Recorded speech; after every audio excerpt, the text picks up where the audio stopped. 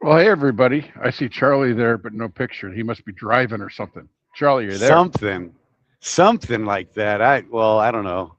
Traffic? Can you call that driving? Not really. Oh, so, good to so, see you, uh, man.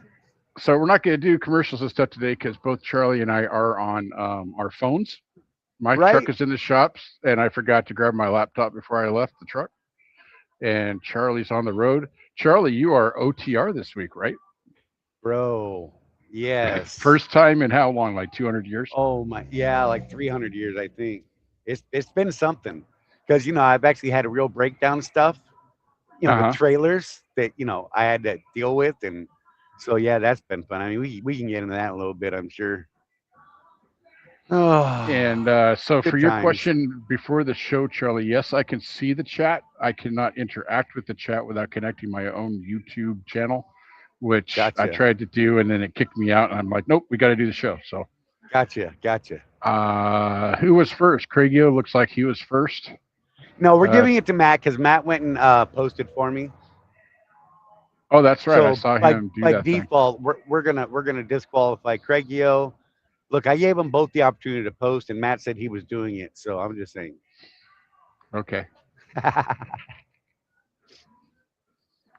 Hey, Tim. So, Tim, you're in Laredo. Are you at the TA? Because I'm heading down there. I got a load to pick up on Friday down in Laredo. I was actually planning on being at the TA down there this afternoon, but they found some problems during my DOT annual thing today. So I'm getting those fixed. Um, Probably a good thing I didn't get pulled in for an inspection last week, right? Right? We got four shocks that need to be replaced. Um, I got I got these two tires, Charlie. Let's talk about that for a second. Yeah, yeah. They are at so here's the thing. You guys know that I no longer have ownership in my truck, right? We discussed that when I started this experiment 2 years ago that I wasn't going to have ownership in the actual truck. So there's a problem with that. Um, I have to get the guy that's paying the bills on the truck to approve everything, right, Charlie? I can't just say, Right. yeah, replace the tires. Don't mind the So I got trooper. these. So I got these two tires.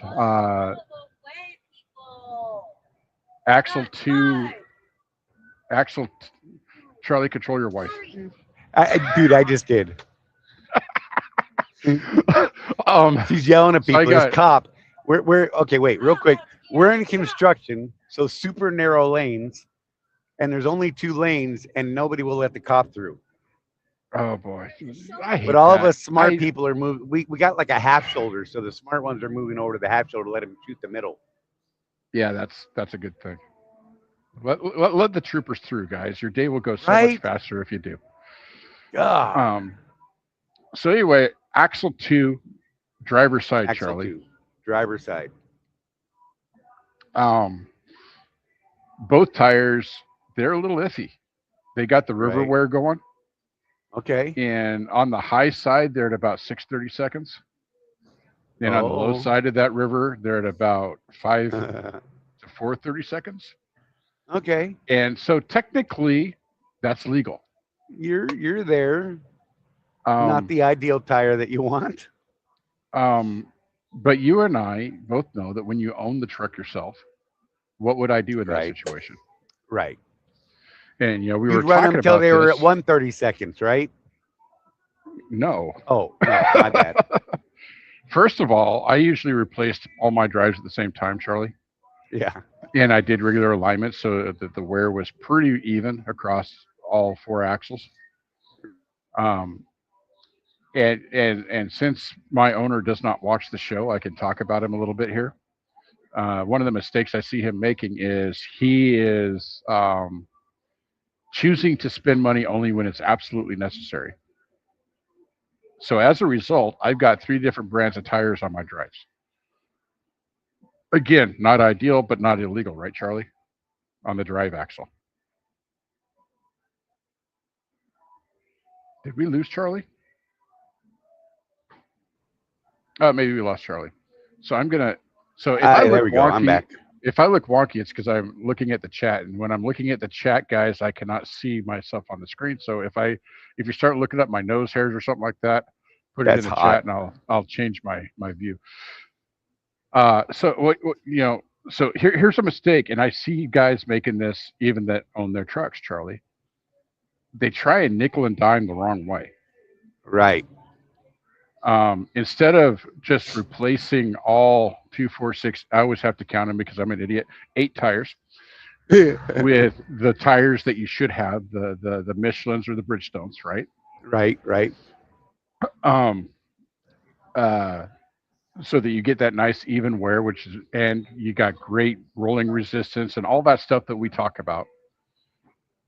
Just doing it, oh, that tire is at 232nds, so let's just replace that one tire. Right. Well, what happens to that axle if you do that, Charlie? Yep. Yeah, Especially if you put that new tire on the outside and not on the inside. exactly. Wonky things start to go wrong. Right. You could actually ruin an axle doing that. I don't know if people realize And that. you'll eat up that brand new tire. Yep. I was running a cartoon reel in my mind the other day about this Well, that's because of the great. way my owner likes to do things. So if I put a brand new tire and do it right and do it on the inside and put the old tire on the outside, right? Right. In my cartoon brain, I was watching the drag on that brand new tire and trying to figure out how long does it take to get to start to be even, Right. and how much money did I just burn in rubber doing that? Been there, done that. Way back Because that when. because that tire is going to wear out quicker because Yep. It's gonna. it's going to wear really hard for that first maybe couple thousand miles probably, Yeah. and that other It's tire is scrubbing barely touching the itself ground, down. Exactly. right, until it becomes even again.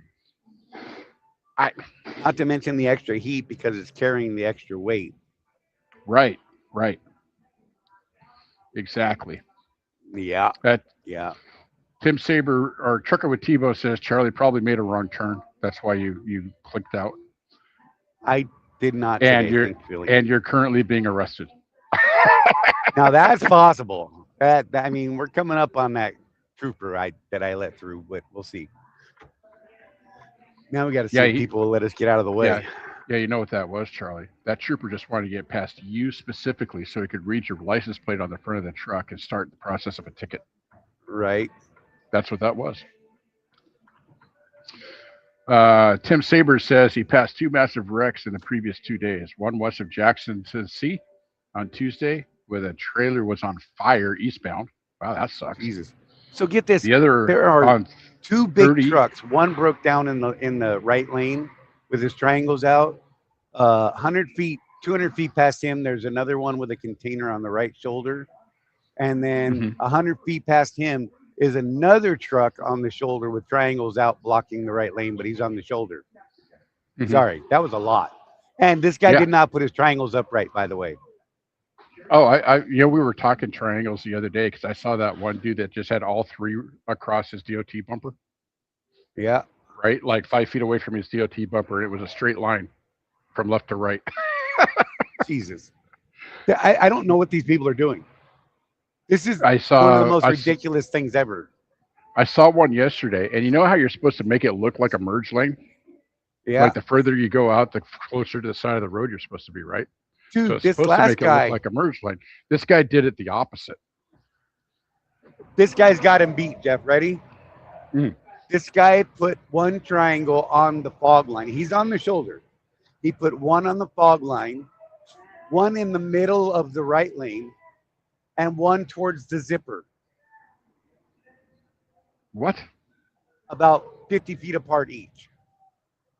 Yes, he closed the right lane himself because he's on the shoulder. What? That If that sounds cop like doesn't do something to him, I don't know what's wrong with the world. an easy 3 points to me. That's what I'm saying.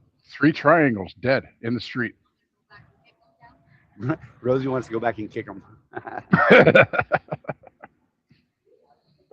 Michael the first Fowler's guy in the that said it- house. Hey, the first one that set his triangles up, you know how you're supposed to spin them so that they create a cross, right? At the bottom for the feet? Mhm. No. He's got them balanced on the black bar, never spun it. So two of them are laying down, and one is just sitting there wobbling, getting ready to fall down.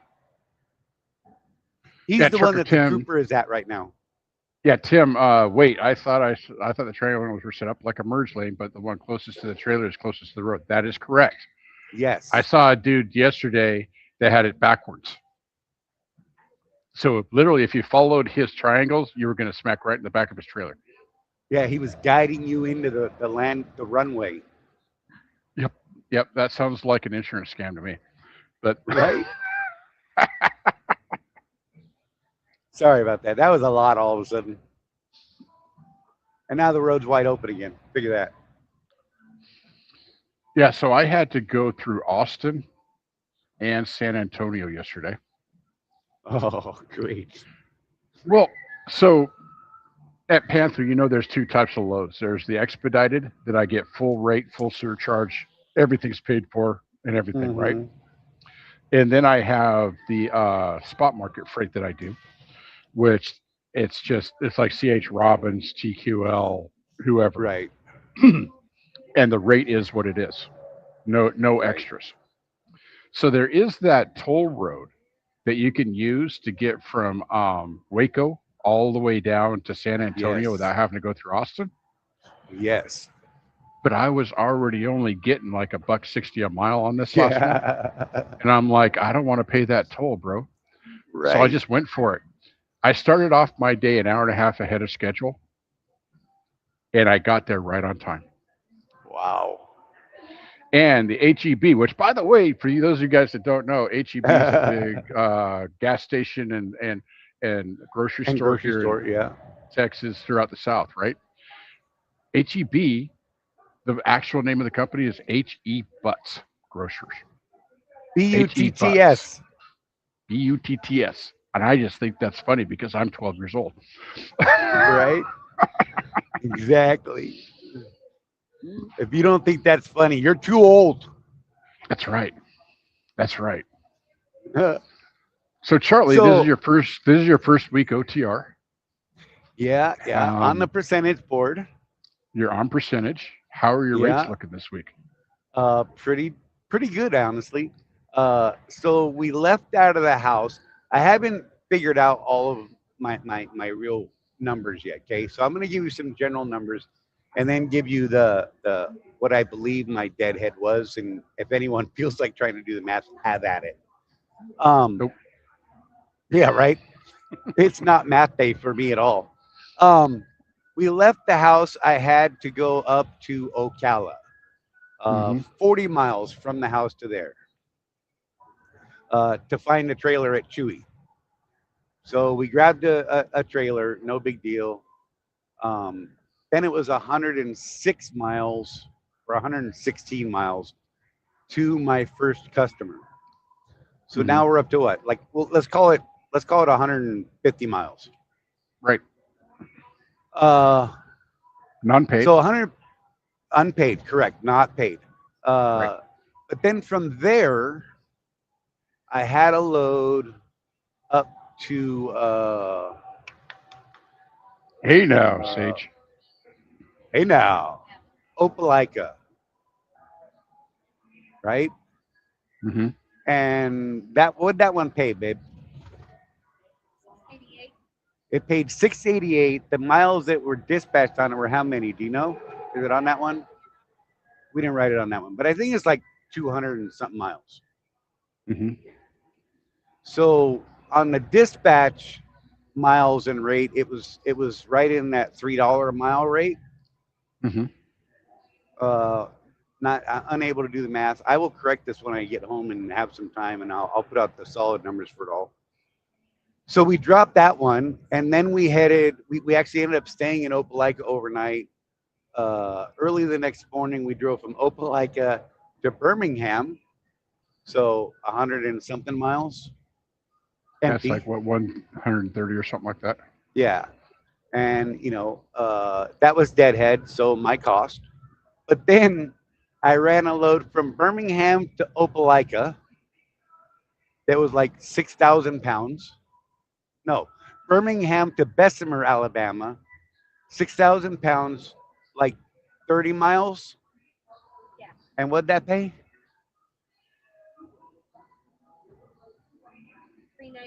$3.99. Okay. Right? So that was a good one. So Uh, were these both dropping hooks, or did you have any live load or unload? Live load on the first load, drop and hook at the final. The next load in Birmingham was a live load and a drop and hook at the final. Hmm. The next load, we had to go up to Decatur, Alabama from Bessemer. So I believe that was like right around 150 miles. No, it was like 89 or 96. One of those. I think it was like 96. Hmm. Sorry, pulling all this from most of this from my head is not great, but whatever. So let's call it 100 miles a deadhead, and we grabbed the load there, and that was a live load. No, that was a preloaded trailer. It was stupid heavy because it was those giant white industrial sacks of flour, Right. and so that was like we were grossed at like 78,000 right around there. Um, Jeez. yeah, for us that sucked. Going up to Pennsylvania, right? And so that one was what? How many? That one has the mileage on it, doesn't it? Maybe not. It was like 700 miles, and the rate on that one was 2051 for Mm. 700 and some odd miles. Okay. That one was also a live unload, but super quick. And we ended up, I mean, literally, it was 20 minutes of unload time. Hmm. I like it was a loaded trailer with flour sacks when we picked it up because remember I was there for 6 hours waiting to get a mud flap hanger and a mud flap put on a trailer that somebody didn't do anything about. Yep. The mud flap hanger was bent so bad the tandems were slid all the way back and the mud flap hanger was pointed up into the bottom of the trailer between the cross members, so it couldn't slide the tandem to anything. Yeah, you would have broken that arm off. Yeah, it would have sucked. Uh, so we ended up having to wait 6 hours for that total. Uh, then we ran up to Pennsylvania. That drive up there was not pleasant. I think I told you that I drove like 4.5 hours that day, Jeff, and only drove like 106 miles or something like that. Yeah, you had all that stop and go up through Virginia, right? Yeah. And then, like, to the point where I got so tired of doing it that I pulled over and Rosie and I switched logs and she drove. Hmm. And she got the last. We only had 256 miles to go that day. Yeah, and her I did 100. She did 156, and she did it in 3 hours. But my 4 hours only got me 100. So whatever. Uh, Yep. we ended up staying at that customer overnight. Beautiful place out in the middle. Well, the factory it was not. Warehouse wasn't beautiful, but right next to where we parked at the warehouse's property, they had a nice big gravel lot that they let us park in. And right next to that was this beautiful farm fields and a couple of houses, and it was quiet. It was very warm because when we went up there, it was 93 degrees in Pennsylvania because Mother Nature's drunk. Hmm. And we stayed there overnight. And then our next pickup, we only had 4 miles of deadhead. Yeah, so that's why we stayed the night there. Either or we could have driven like 30 miles to a truck stop and then 30 miles back, right? And that didn't make any sense to me. We had a porta potty. That's all we needed. We had food and everything else we needed in the truck. Right. All right. So then we go pick up they're like vegetable cans, like the normal or the little Campbell soup cans, the regular Right. size, like what are they, 10 or something ounce? I don't know, the small ones, the Yeah. regular size ones. Uh, from Crown Cork and Seal that I didn't know they made, by the way. I just thought they did aluminum cans like Pepsi and Coke and all that stuff. Yeah. Me too. And so we picked up a load of that. By the way, full load of that is about 17,000 pounds. I was really baffled by them saying Crown Cork and Seal 17,000 pounds because normally they're like 7,500 pounds. But okay, Right. that's why it wasn't aluminum cans; it was the tin cans.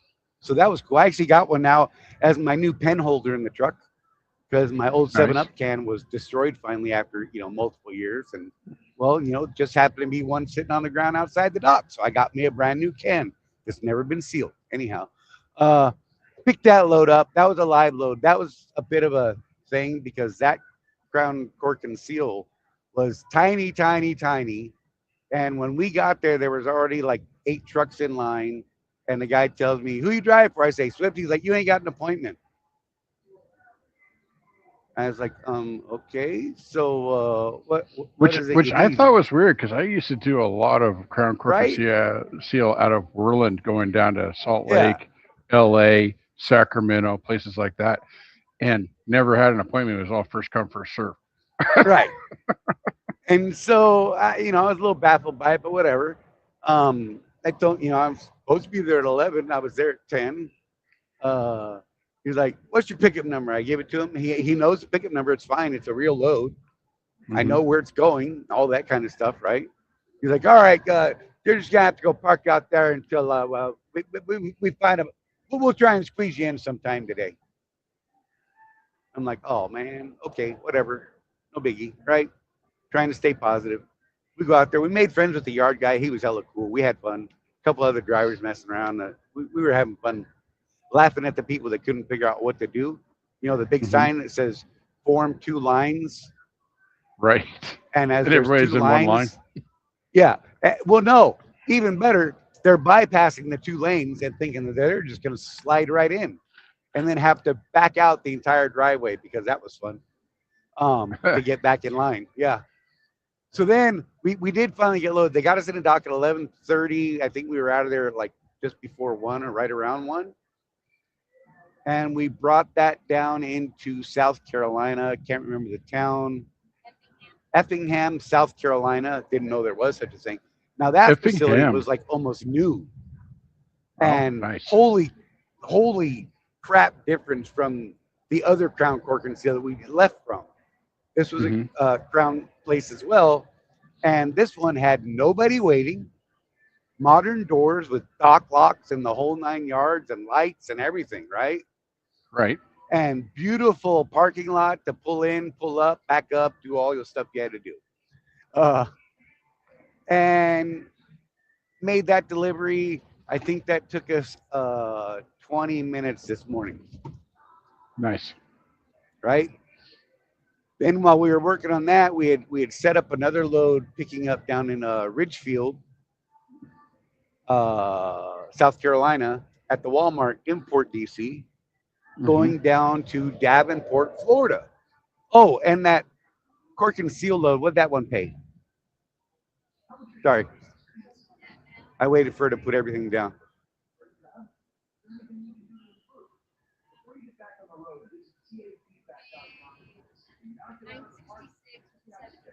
966.70, and that one has the mileage on it.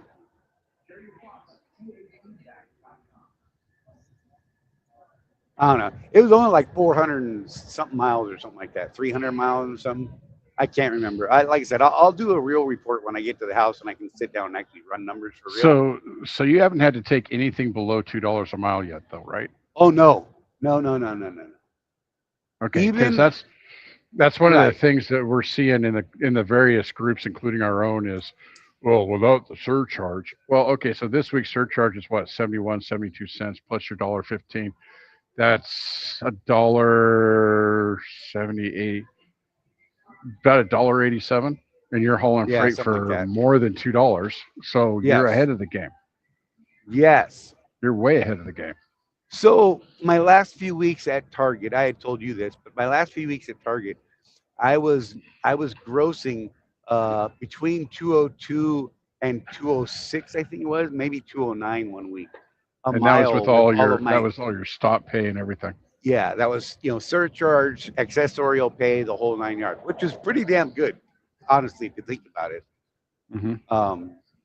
We know people that are pulling freight for Walmart at 96 cents. Right. Just saying. Um, So I mean, whatever. I'm not cracking on. I'm just saying, in comparison, that's day and night. But Right. then, of course, that went away because all things good have to be destroyed and go away. Yes. Um, but Because yeah, of no, I'm shenanigans. shenanigans. Someone got that on death today. Shenanigans. You can't park here because of shenanigans. Yeah, so for those of you guys who've done HEB loads before, the one like up in Houston, they'll let you park there for pennies. Like Yeah, they've got a driver's lounge and everything. So the one in um talk on it. Where am I again, Charlie? Anyway, Laredo, San Antonio. San The one in Antonio. San Antonio is a newer facility with a much nicer parking lot with more spots, but it's got a 2 hour time limit on it. And the guy inside said it was because of shenanigans. Right. And I'm like, well, that sucks. And if Because someone throws out the word shenanigans, it's something. my appointment was at 6 o'clock in the evening local time. Yeah. That's why Jeff couldn't do the show yesterday. Yeah, and then so like then it's just 2 hours at least to get in and out of a grocery DC, right?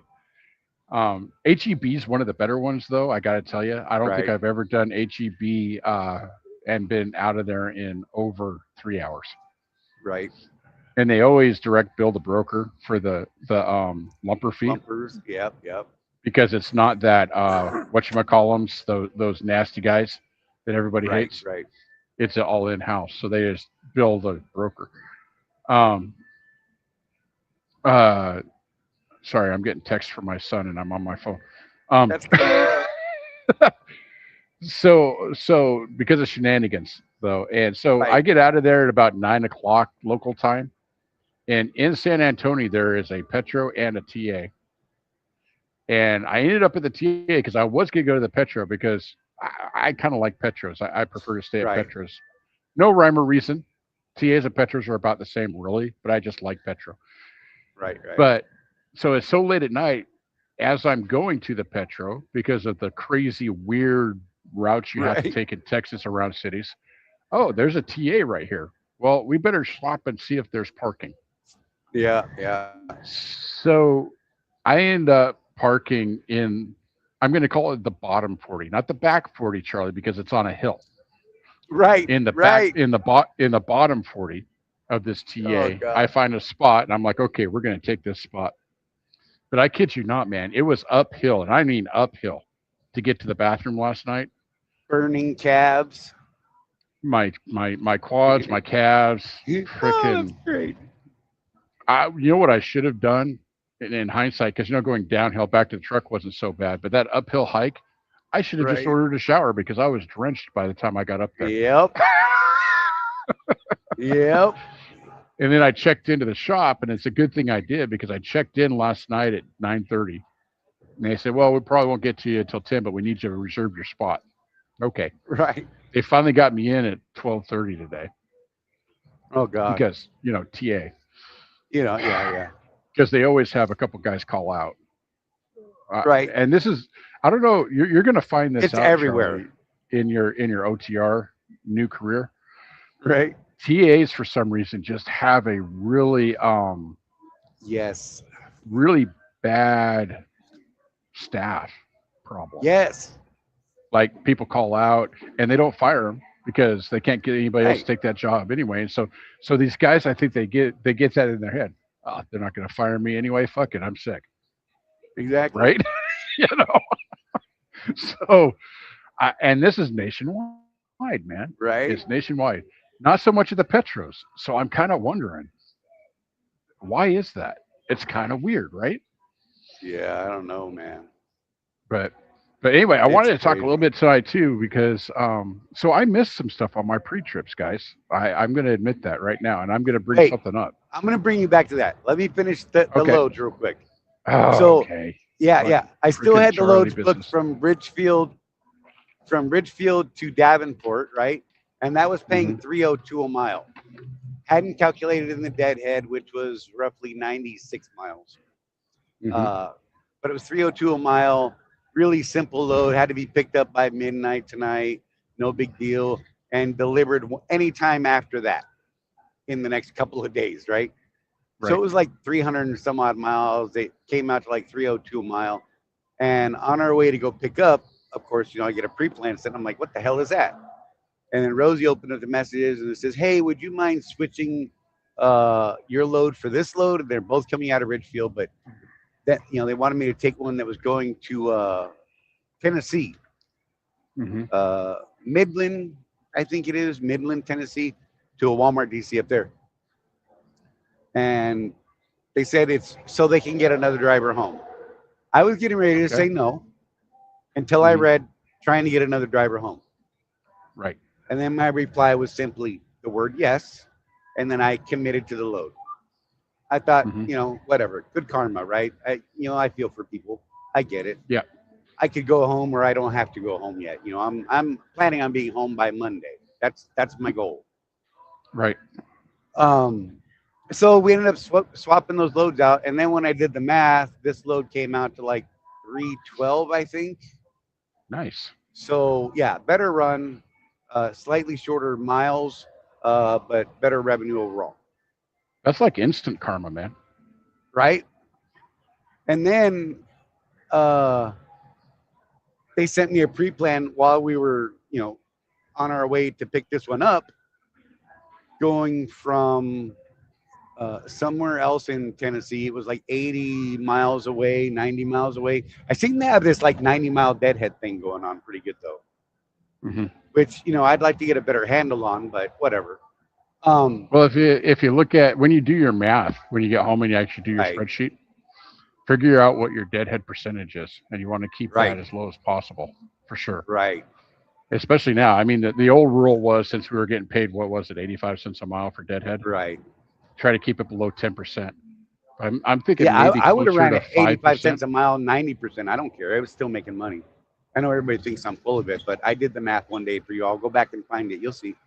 Well, Anyhow, yeah, but that so well we can argue yeah, about that yeah, I know. because as an OTR guy and going from major city to major city, what I Right, figured out was there was no reason to do more than 10%.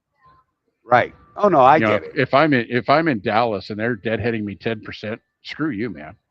Yeah, yeah, yeah. That's outside the city. There's got to be something inside the city that I could take 500 miles. You would think, yeah, right? you, you know.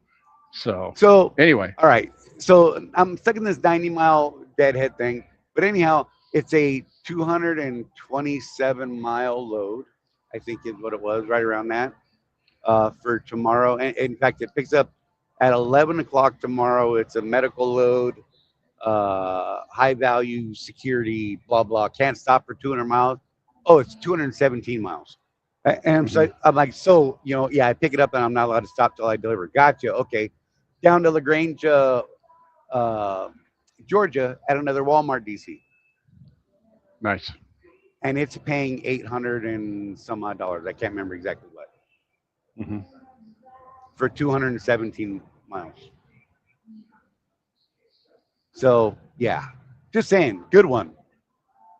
And it says it's 25,000 pounds, Hmm. which is heavy for medical stuff usually, but whatever. Maybe you got But yeah, drugs.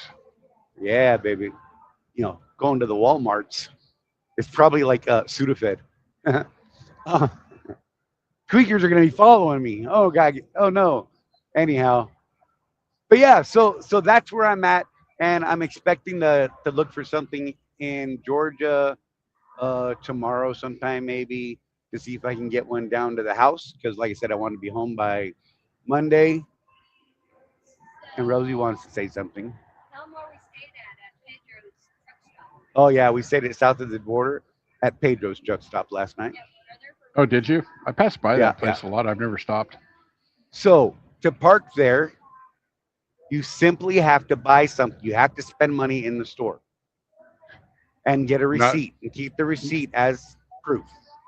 not a minimum $50 or whatever like it is at Petros. Bro, you could buy literally a 20-cent candy, and that is good enough for them. Oh, okay. They simply wanted you to be a customer. Oh, that's fair enough. Because I Right? always buy I always buy something anyway. Rosie and I loaded up on like Humex juices and some water and some snacky snacks, and I think we spent like $30 Yeah. because it was designed.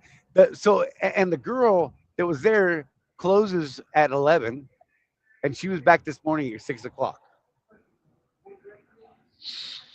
So if Same Sean girl. Holloway, if Sean Holloway told you that he's switching to flatbed, what would you say? I'd say he's gonna wear his ass out. Yeah, he is switching to flatbed. He just put that in the comments. You old man, good luck, brother. You know, you're gonna. Oh man, God, I want to see the videos. Yeah, Is I'm that not. wrong? I'm not in a hotel, Sean. I'm in a TA. I'm at the TA in. Yeah. According to Michael Fowler, the TA I'm at is sketchy, but you can usually find a spot. Right. Oh Let me see if God. we missed anything. Michael also says everyone he talks to on the percentage fleet says the southeast is the hot spot. That's Well, what I'm we've seen telling so you, far. the entire East Coast, Yeah. because there was some almost $4 a mile freight going up into New York, New Jersey, New Hampshire, Connecticut. Yeah, but what do you get But coming out? That's the question. yeah, but your deadhead coming out of there would be pretty minimal because everything's like 5 minutes. I mean, 5 miles wide. Yeah, true. So there's a bunch of freight coming out of Pennsylvania. Uh, at the time, yeah, when I was looking at the time, anyhow, there was some decent stuff coming out of there going to like Ohio and stuff like that, and I actually saw some decent stuff headed down toward Georgia and that sort of stuff. Mm-hmm. But this can load just worked better for us, sending us to South Carolina, and it paid better than everything else I was seeing, trying to keep myself moving without having to cause myself stress and pressure. Like I've had quite a bit of time between loads. This one we're on right now, the reason I'm mobile is because when we picked it up, it had a flat tire. I let the air up system air the tire, found the hole, put a screw in the hole myself to try and slow the leak, and drove it to the closest Loves and got that done. Oh, talk about good karma. No wait and right into the bay. Nice. But So we're there probably 2 hours. Sean Fairman wants to know because he just watched Michelle's live before this. It's, Okay. if I bring my own truck over, would I get the same perks as a lease operator? So it depends on what perks you're talking about, Sean. Right. You get access to all the maintenance stuff. So the cost plus program they have for parts in the Swift shops, the lower labor rates. Although most of us Yeah. just go to the dealerships and stuff like that because if you go to the Swift shops, you're looking at some serious wait times. And what we figured out was that the downtime involved in a Swift shop, that you can overcome that the cost difference just because you're in and out of a shop at a Right. dealership. But that stuff. I Tires. mean, you get their discount, You know, which is amazing. the only thing you really don't get is the loaner truck. If you're a lease operator, you Right. pay, what is it, Charlie? 7 cents a mile to rent the truck. Yeah, 7 or 9 or something like that.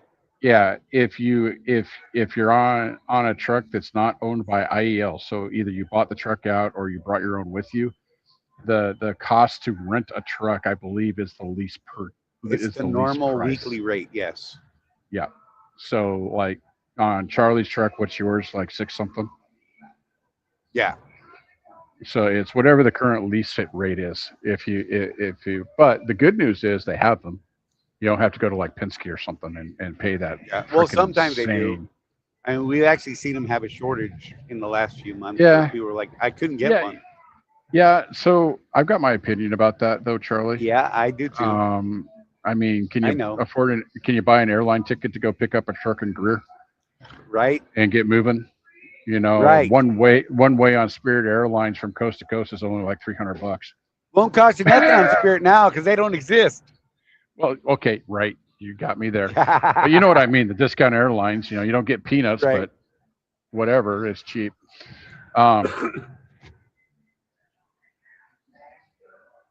Oh man, His made me cough. Freightliner shop is charging $240 an hour. I don't know what the current labor rate is at Swift, Sean, because I haven't been there for a number of years now. I Yeah, want to say I it haven't was looked. right about. I want to say it used to be right about half of what the dealerships were charging, though. Is what it used to be. Yeah, I can look Um, when I my truck's going in the shop next Thursday. I'll try and remember to see what the rate is. yeah. So he says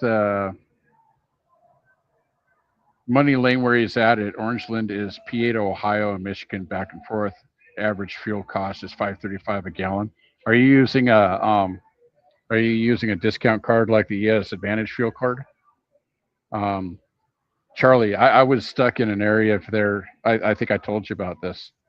Yeah. When that foundry in what was it in Indiana went down because of that power Yeah. outage, and fuel prices jumped $1 a gallon overnight, and there was like 5 cents off because of my ES Advantage discount was all I was Right. getting.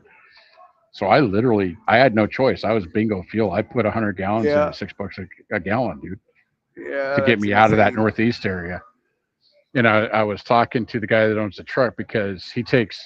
So how it works for me is he charges me for the fuel when I have a settlement, and then he puts that money back in the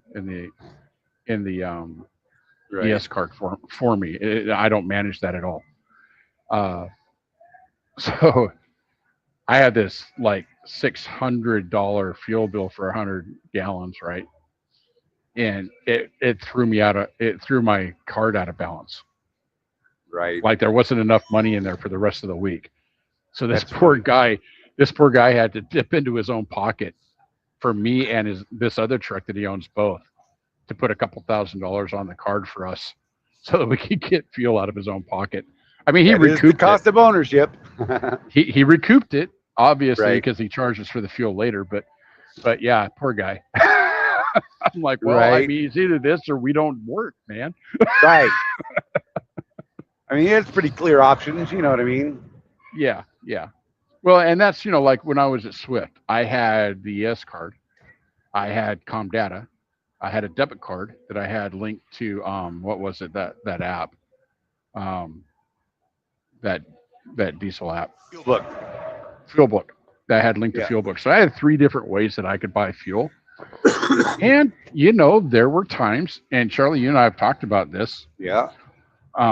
where I had to revert to the con data card Yeah. simply Yeah. because Yeah. I had a negative settlement and I couldn't fill my fuel card back up. But come hell or high water, I was able to continue running, Right. right? And you know that prepaid deal that we're and the prepaid cards are where you do get the best deals. By the Right. way, is what we figured out. Even Michael Mudflap was the one. Yep. Yep. Even Mudflap, you've got to have that attached to a credit or debit card, right? It's not a credit option. That's where you get your best discounts. You don't get your best discounts like if you go with Pilot's credit card program, you're only getting 15-20 cents a gallon off Right. with that program. I was talking to Alexia about that because she was all excited that she got a $5,000 limit on her Pilot credit card deal thing, and I get Right. 15 cents off. Well, I ran her route because she was running that route from Yeah. Corinne down to LA and back, and Right. I'm like, well, on that lane on my card, I'm getting 85 cents a gallon off here, here, and here. Right. So you're 15 cents a gallon, plus they're charging you interest because it's a credit card. Yeah. I, I don't know, Alexia. There's a better way to do it. I'm glad you're happy, but I can Right. save you more. you See if they'll know? let you use that $5,000 credit card and fuel up your ES card. Yeah, there you go. Well, and That'd be great. I'm pretty averse to credit myself. Right. I went for a number of years, Charlie, without even having a credit card. Donna and Right. I, when we were in college, we got into that whole, oh, you just buy your books with this credit card and it starts your credit Exactly. history. 10 years later, you still haven't paid that bitch off. Right. I don't know if you guys know, but college textbooks cost an arm and a leg. Yeah. so, Your so basic basket weaving 101 book is $497.67. right. And that's my only for most the first 6 chapters. Sorry. my most expensive textbook was $700, but Oh God. but I that same textbook was used in 3 classes, Oh, well, that's so cool. I guess that was okay. Yeah. Um. And can't The you sell them back? I know a lot of places let you sell them back now. Yeah, you get about half of what you paid for them if Hey, it's that's brand new. something. But that's the thing too is you can go to the college bookstore and they have a whole section of used books that you can buy, and they're about 25% off of what the brand new ones are, so you can save a little bit of money And they there. might have notes in them already. A lot of them do, yes. That's awesome. So so yeah. Unless the guy that had them was a dummy. If the guy before you was not bright, I'm just saying those notes might not be great. Yeah, I haven't, Sean. I haven't seen sheets that beats ES yet. Sometimes it's only by about 5 cents, but I haven't seen them beat ES. Not in the lanes that I run anyway. Right. Um,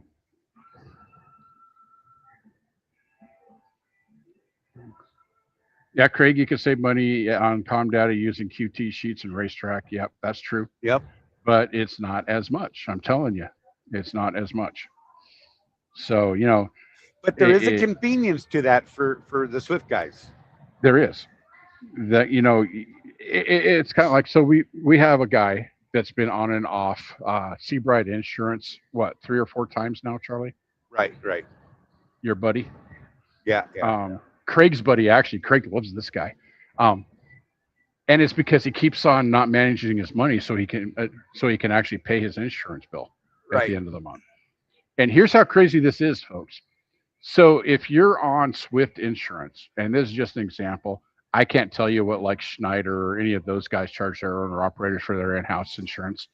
Um, but if you're at another carrier, give Seabright a call and see if they can save you some money as well. Um, I bet just you make they sure you can. mention just make sure you mention Contractors Corner, because we have a specific program for lease operators. Right. Um, but so here's the thing: if you're paying Swift for your insurance, you're paying about $250 a month more than you would to Seabright. That's what Yep. we've seen across the board. It's about And two it's hundred fifty lesser dollars savings. coverage, and it's inferior Yeah, coverage. yeah, it is. So all you have to do, all you have to do, is when you get your settlement on Monday or Friday or whenever your settlement hits your bank Right. account, what was it that you would have paid Swift for your insurance that week?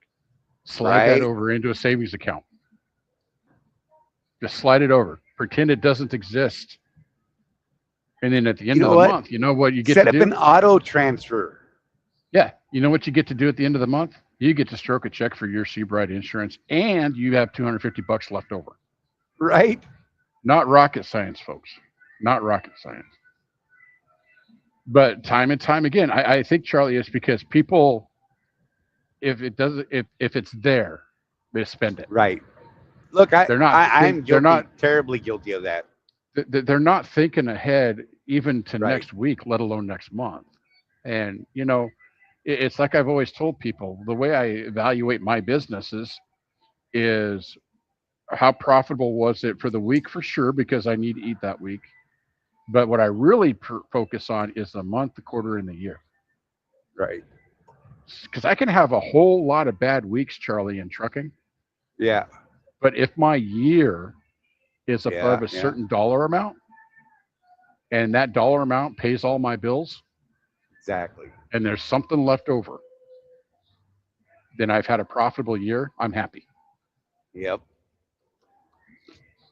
Look, I have to change the way I'm thinking about things.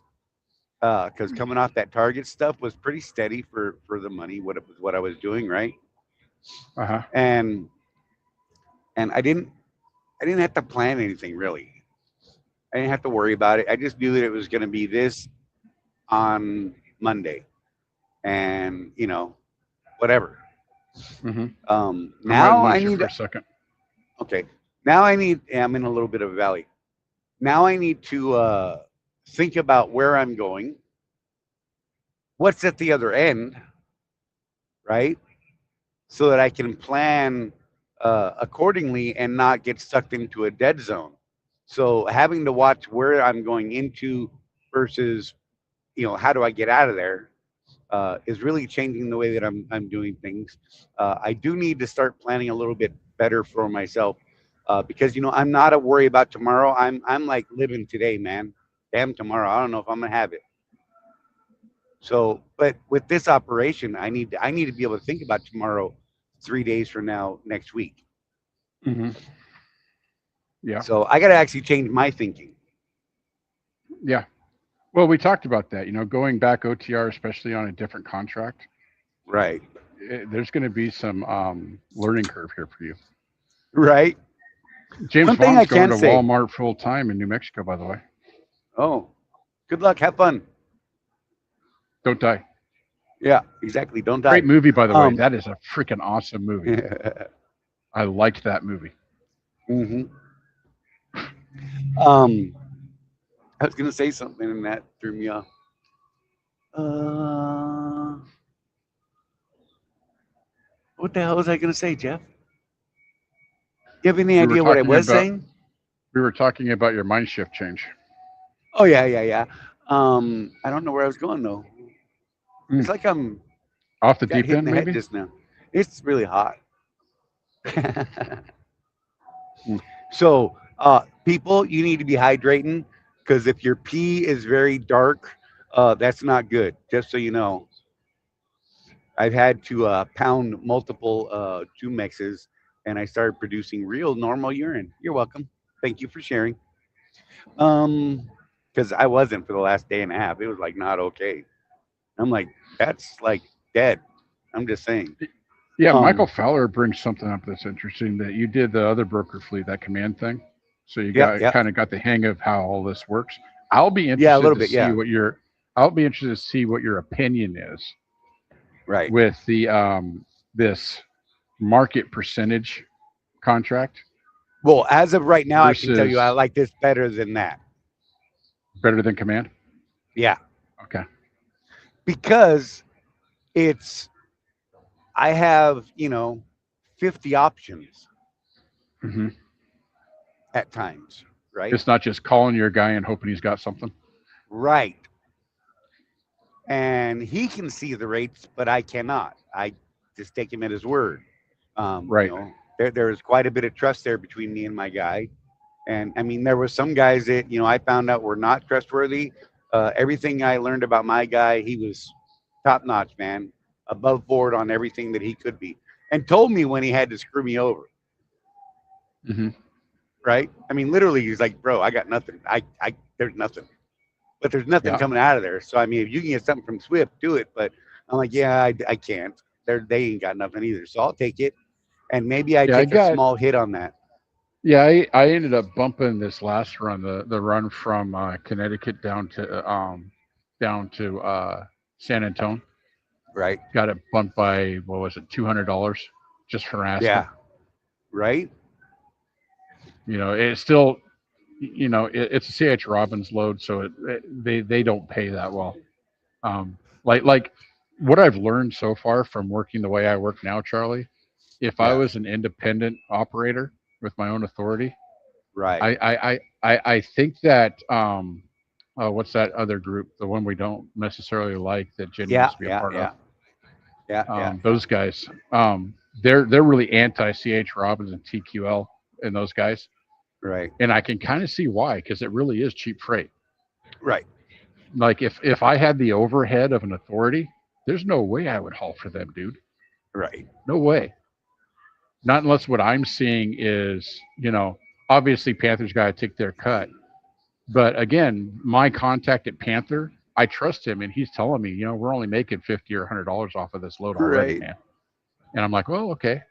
At least you're making money. At least I'm You know, making and, money. So let's get to a and better that's the area. that's the thing about a big carrier though, is they can Hmm. spread that profit out over all of those, many, many trucks, right? Hundreds Right. or thousands of trucks. Right. Where the one truck guy on his own authority, he cannot do that. Right. So those guys, they have to make 3, 4, Well, or well, more dollars a mile. well, just with our conversations with the C-suite guys at Swift, Right, there are times where they take a loss over here and then right, make it up over there. exactly. They'll take care of this customer because they want to prove to them that they can do the load, that they'll be on time, all that stuff, and Right. they'll discount it for that opportunity. And then one of their main guys that they have a better relationship with already, they're like, oh no, we could do that for like $4 a mile. You Right. know, Yeah, I mean, that exactly. is absolutely a game that the big carriers play that the small guys cannot. I remember what I was going to say. Huh. It was going, so I looked at my settlement the other day, right? Because, yeah, I was off for 2 weeks straight. So I came out and started this week with 3 weeks worth of fixed costs already on the settlement. Yep. So, that sucked. Um, but at the time that I had looked, I had 1,007 loaded miles for those 3 loads that I had. Hmm. But I had 34 or $3,500 in gross revenue as of that moment Nice. on 1,000 miles. Yep. So, the gross mileage rate is well over $3 a mile for those first 3 loads.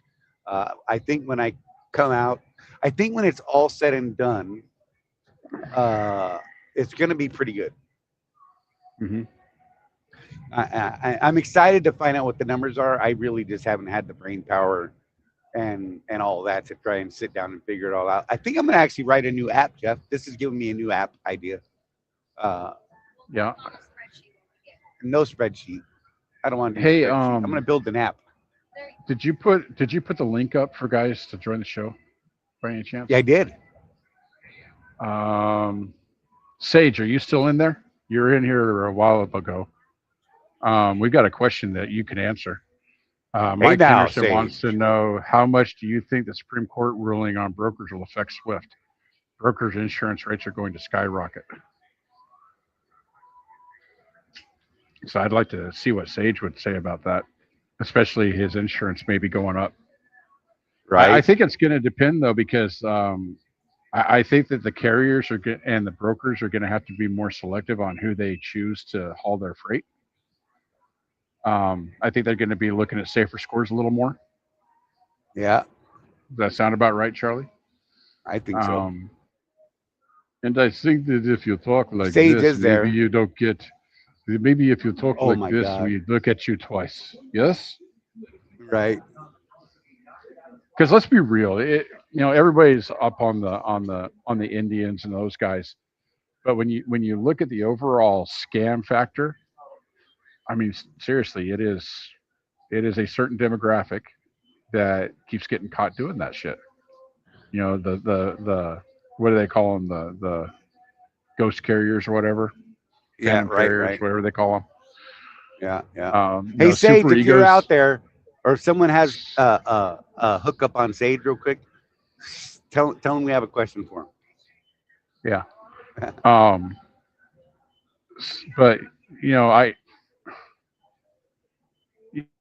there was a post on Swift drivers today that was kind of complaining about the power only outside carriers that they have working Right? the Swift logistics, and when are they going to stop hiring these foreigners? And I'm going to say Right. something that people may or may not agree with. Whatever, I don't care. I think we need to be careful about that. You know, just because someone's, I'll just come out and say it. Just because someone's wearing a turban, that doesn't mean they're here illegally. That doesn't mean they don't speak English. Okay. I think we're making there's a lot of heated discussion right now surrounding this, and people are making assumptions that we didn't make even a year ago, Charlie. Right. Let's give people the benefit of the doubt. I think that the enforcement of the regulations that's happening right now is taking care of that problem just fine. Especially in some of these states like the Carolinas, where I've seen state troopers talk about how Right. many people they've put out of service because of the English proficiency thing. That I saw an interview with one trooper in South Carolina that said he personally put 150 guys out of service that month. Right. That's one guy. They're taking it pretty seriously. And this is a regulation that's been around since what 1933 or something like that. Yeah. It just hasn't been enforced for about a decade. Right. Now, people don't realize that. I actually looked into this, Charlie, and it was enforced. And I'm going to throw a name out there. So half Mhm. of you just keep your shirts on. It was enforced before Obama. Can I take my shirt off? Yeah, I mean, if you want to, you're not on camera. So, Maybe I'll um, take my pants off. Never mind. so why did that change? I don't know. I'm not gonna say, oh, bad liberals or whatever. I don't know why they stopped enforcing that stuff. I'll say it, Maybe bad they thought it. liberals. Okay, Charlie, you can say that. This is a free country. We believe in the First and Second Amendment here. Exactly. I Um, don't have my MAGA hat though, so I can't put. Never mind. Go ahead. oh, you should have worn that when you were in Virginia, Pennsylvania area. Could have been fun. Anyway, yeah, it might have tripped people out though because it's a black hat, not a red hat. Right. But I mean, bottom line is let's. I agree with what some of the pundits are saying. Let's turn the temperature down a little bit on this. I think that them enforcing the regulation is good enough.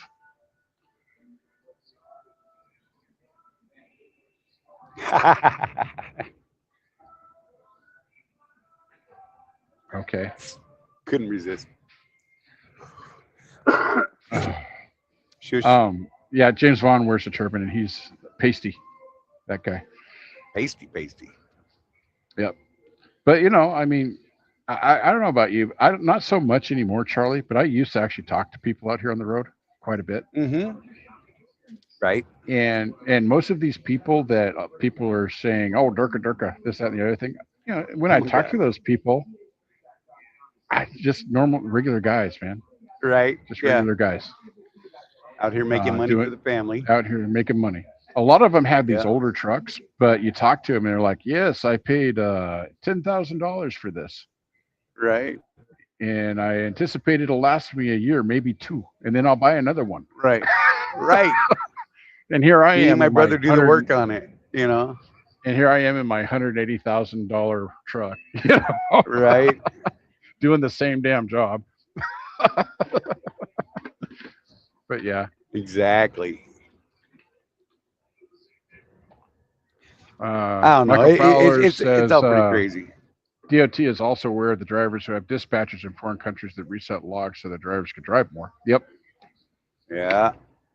There's a lot of FAFO going on right now. Right.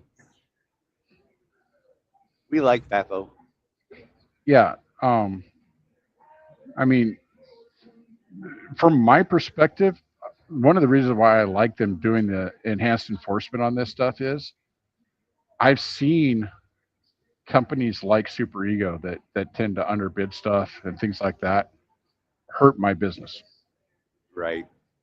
And I'm all about the free markets and all that stuff, but when you have people that come in and all they're interested in is profiting for themselves and that's it, which is what these people do, it Right. kind of taints the system. And unfortunately, regardless of me telling Charlie to knock it off so much on the show, I'm a conservative as well. Um, it it almost gives the liberals a leg to stand on in their argument. You know what I mean, Charlie? Yeah. Yeah. No It doubt. gives it gives the other perspective that's not my own. I mean, I have as an intellectually honest people, when I see companies like that, I'm like, well, I mean, the Democrats have a point on that one. We Okay. need those people out Yeah. so that Yeah. I can get my actual free market back. You know? Exactly. And where I Well, look. disagree with people on the other side is I don't want to take it as far as they do and get rid of the free market altogether. I Right. think that free market Professor capitalism is the Craig, best yo. path to prosperity. Oh yeah. I think I it's all like it. legit. Craig, you're muted. Unmute yourself, Just Craig. saying. There you Hello. go. Hey What's up, now. man? Not much, not much. Rolling through Tennessee. All right. Yeah. I'll be By in the way, Tennessee Tim, you tonight. by the way, Tim, I didn't want to ignore you there. And you know me, in full disclosure, Tim got fuel at about 70 cents a gallon less. Look, Jeff cut himself off. Now that's funny. He touched the screen and disappeared. Every time he touches it, he disappears. He don't know how to technology. I'm just saying. This is great. Neither one of us had video up. This is fascinating. And Jeff just left the only face that was smiling. Well, actually, you got a picture up. That's good. That's better than mine. Oh yeah. You say you're trying to get home, Charlie? Oh no, I'll be getting home. It's not even an issue really. I got to load down to Lagrange, dude. So it's like 217 miles and it's over $800, Craig. Oh yeah. You know, and so yeah, there's been a bunch of stuff popping up, man. I've been. Sorry, I didn't get back to you, by the way. Oh, I should put Jeff up. Look, there he is. I pushed a And button and it kicked me out. I don't know. you're funny. I laughed at you. Did you get my last what I was saying about Tim? Nope. Okay, so you know how I'm all about full disclosure. Tim beat me on fuel price today. He got fuel at the QT down in Laredo for about 25 cents less than I can get it for. Oh, good. So It that's a good buy. happens every now and then. Yeah. Well, you know, it's like we say. I'm a big proponent of the card. Obviously, Oh, yeah. we promote it. We're good friends with the company that distributes it. But Right. doggone it, shop for fuel every day. Get your best price, no matter how Exactly. you get it, doesn't matter. Get your best price. And they don't care either. The ES No, people, they don't care. no, it's not like They're Nastic where happy. Nastic has that rule. I don't know how they It's enforce like this, but 70 or 80%. Right. it's actually in their contract. If you get their card, you have to buy 70% of your fuel using their card, or otherwise they'll Right. cancel you. That's a Yeah. highway It's nuts, robbery. man.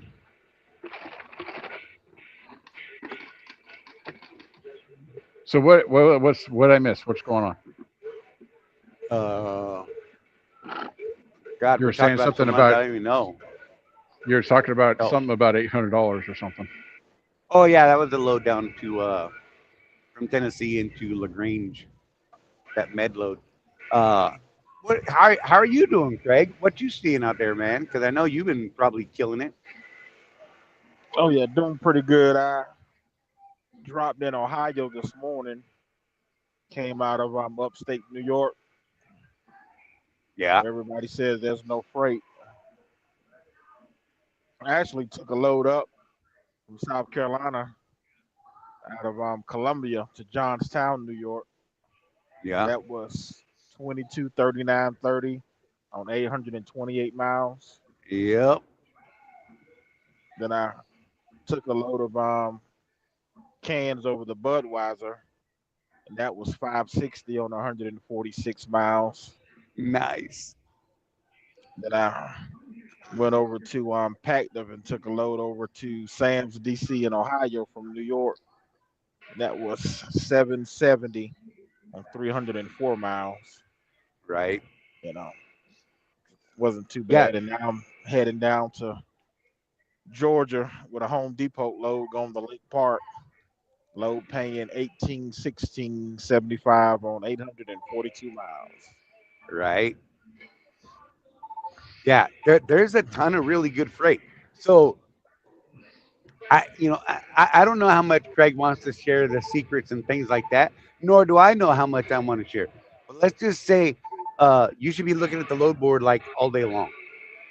Oh Right. yeah, because I was I talking mean, to somebody earlier, and they kept asking me, "Had you got something out of Georgia yet?" Because I'm gonna go home for the weekend.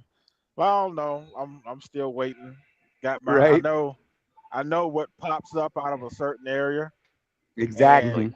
if what pops up out of there goes down to where I want it to, then I can get something out of there that'll take me to the house. And Right. what lo and behold, it did. Yep. I got my load from Georgia going down to Florida. That's paying 1514 on 390 miles. Nice. Load back to South Carolina, which isn't bad. Paying 12.50 on 600 miles. So Yeah, so just over two, but your average overall is going to be pretty damn yeah, stellar. yeah. Right. And it delivers How, Tuesday or Wednesday, which is what I wanted. So right. I roll out of How the are you house doing and on your deadhead? doing pretty good. Doing pretty good. And another thing I do too is I talk to planners. You know, the planner up in Syracuse, she was surprised that I called and asked her about local stuff. 'Cause I know every now and again they get those cans that go over the Budweiser, Right. and that killed my deadhead between. I only had it was gonna be like 150-mile deadhead, but that covered 130 of it running that load. Oh, so that's actually something I should share too. When I had that, when I left the house on the load to Opelika, I was planning on then deadheading up to Decatur, which was 190 miles for that load to Pennsylvania.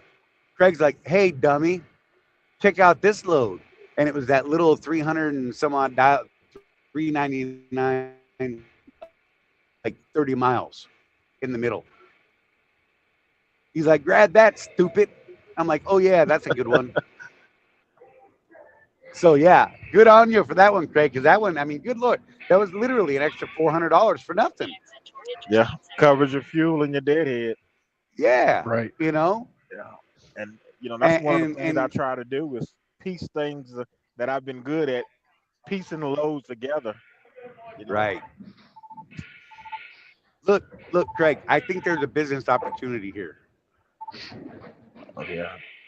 I Oh, think you could charge people like 5 or 10%. yeah. I'm gonna be You know what I Mr. mean? Wonderful, and I'm gonna go 20% with Oh, there you go. a royalty of 10 cents a mile. You're right. Oh man, that'd be great. But yeah, I mean, so and so I was actually having Rosie look for loads today, and I was explaining to her, like there was a load from oh we because we were talking about getting back down to Florida, so we're looking in Tennessee, and there's we really couldn't find a couple things, but then we saw a load that picked up on like the 22nd and delivered the 20 or picked up on the 23rd and right, and I'm like, Uh, but and then she's like, oh, sorry. And there is this load from North Carolina back into Tennessee. It was a quick pick up and drop for it was like I don't want to lie. I want to say it was 250 or around $3 a mile, and we could have done that in between the load we're on now and that load that went all the way back down where we wanted to go because of the time waiting in between, right?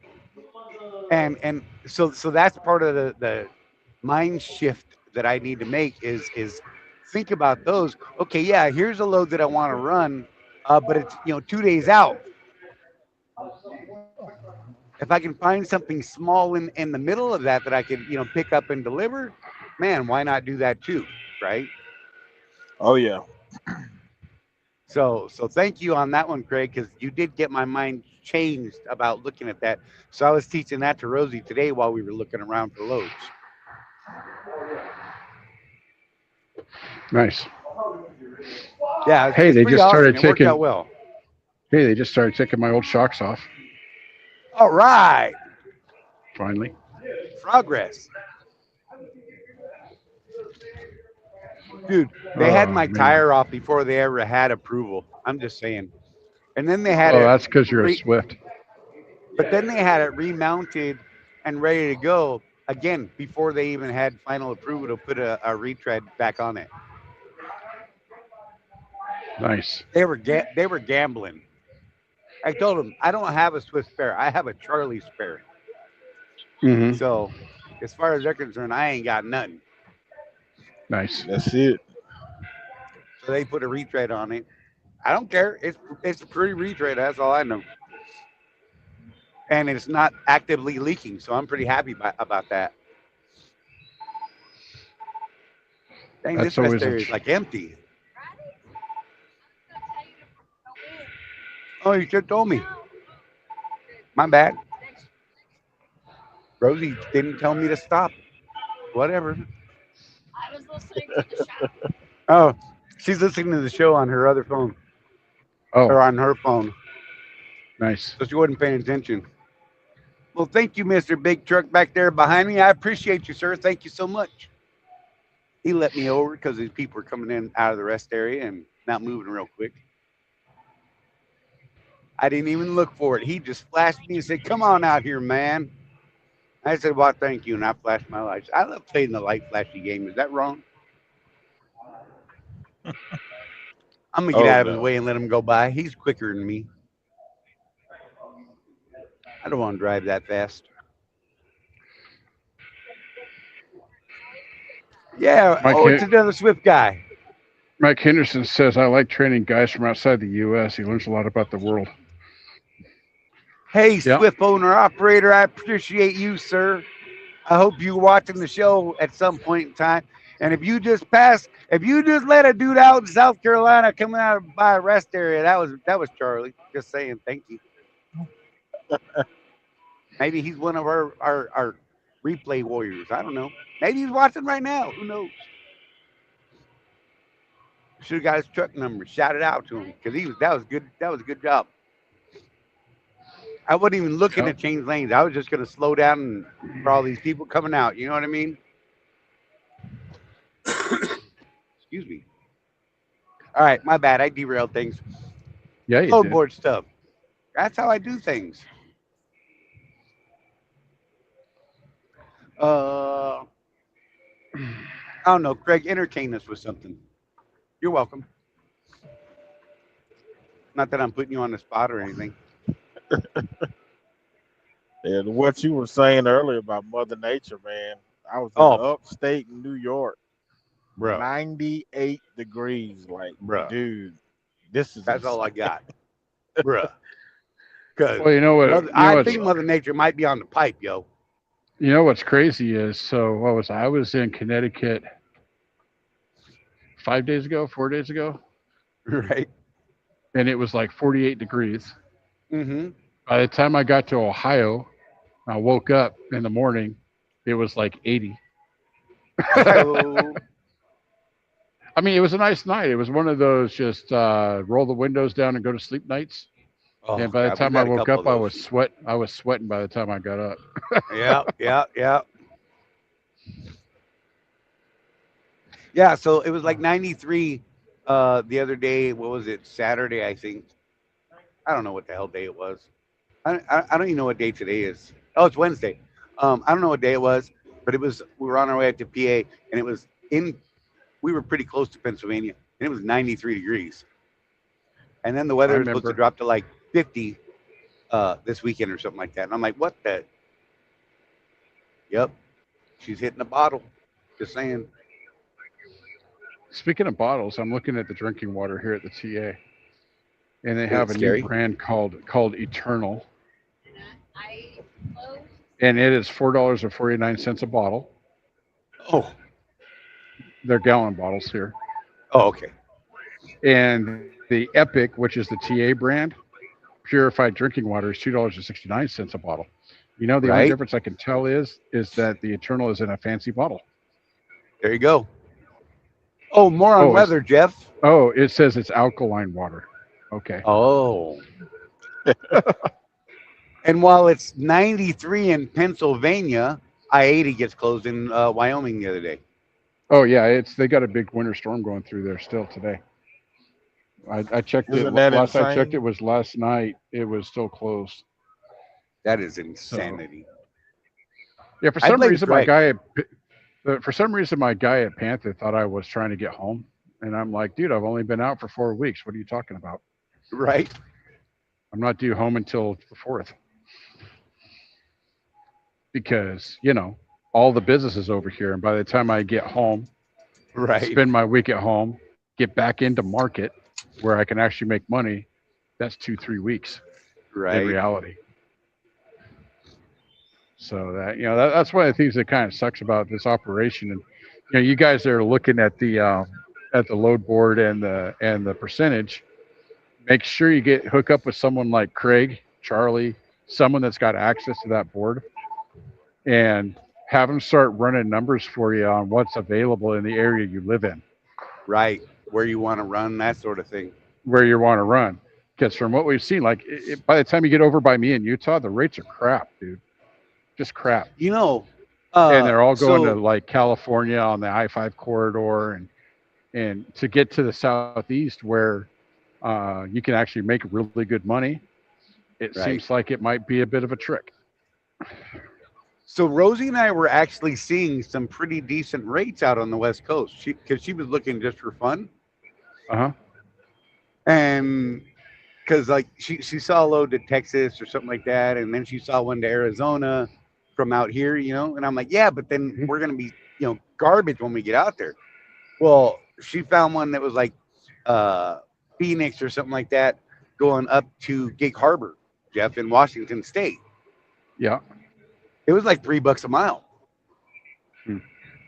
I mean, yeah, granted, okay, you got to worry about the Oregon road tax, right? Yep. But it was actually still pretty good freight.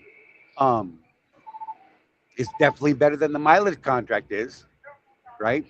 And then I'm like, okay, but what the hell are we gonna get out of there? And there was freight running up and down the I-5. So at some fairly decent rates, to be honest. Hmm. Um, some of it coming out wasn't great, but some of it was. It was weird. It was kind of a mixed bag of rates. I didn't really see any rhyme or reason as to, you know, you see one load almost going to the same place from the same place, and it not the same customer, uh, Hmm. but the same city or something like that, and the rates were drastically different. Right. So I don't know. I don't know. Well, eventually So, we need to but there is figure freight out. out there. So did we ever figure out what they're using to come up with the rate?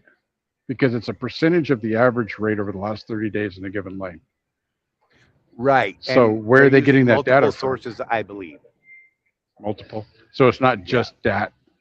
No, right. That my Okay. understanding was that it's coming from multiple sources and averaged out, which I Okay. think is probably a good idea. Yeah. And to be fair, so everybody that's like, that sounds wonky. Why wouldn't they tell us? I think that whatever they're using, I think if we were to ask, they're going to say that that's proprietary. Right. That doesn't mean we don't try and figure it out, though. Right. Right. Right. Because we're like that. We're inquiring Yeah, minds. and we want to know. Exactly. I mean, So, I think the bottom line on this thing is when they first approached Charlie and I about this, we were really skeptical. right. And even though we still don't understand fully how they're coming up with the rates, Right. the bottom line is the bottom line, and the bottom line is you guys are pulling $2.50 freight and above all day long. Right. Which, as a lease operator, Charlie, you and I were talking about this earlier today. Right. We don't have cargo insurance. We don't have general liability insurance. All of those ones that like what we pay for insurance for our Uh huh. OCAC and our collision and our general auto liability Mm-hmm. policies. That's nothing. You go out there and price cargo insurance and general liability and and all that stuff that Swift and other carriers actually pay, Right. and you'll see what it really costs to run a truck down the road. We So don't I'm gonna as contractors, we don't have those expenses. right. I'm So when gonna we say say something here. Go ahead. Finish that. so when we say 250 is a great rate, that's a great rate for us Right. because we don't have the expenses that people think of. These independent guys. Well, I don't haul anything for less than X. It's usually pretty Right. high. It's like 350 a mile. Well, yeah, you got all those expenses. I don't. Yeah. Yeah. Yeah. Exactly. You got to look at the whole picture. So All right. I know I'm new to the Swift percentage program. Okay. So I don't know what's going to happen long term. I've only been doing this a month, but I know Craig's been on it for quite some time. Uh, Chris has been doing it for a minute. Uh, Several other people that we know have been doing it for a while. So here's what I'm going to say, because we got people like the the poster uh, that's out there, and let's look at his what he was saying. Some of his rates are, even though you got still got to take that with a grain of salt. He's making whatever 90% of 72% out of prime, Mm-hmm. right? Um, Right. which is fine, whatever. He's getting he actually the way it averaged out is he's actually getting uh, the normal prime rate at the end, even though he keeps saying 90%. He's Yep. getting 90% of what his carrier is being paid, and it averages out to 72% of whatever prime is being paid. So let's just get that out of the way. Um, Mm-hmm. but I'm looking, in looking at their rates Mm-hmm. and what he's saying some of his loads were paying at throughout that, right? And this is the only Right. prime guy that I've listened to recently. I know he's not at prime, but he pulls prime freight for another carrier. Um, Yep. and what I'm seeing, uh, if I was to compare Swift to them, and if there's guys that are out there that are hauling prime that have any problem with what I'm saying, please by all means school me and give me better education because I love it. Right?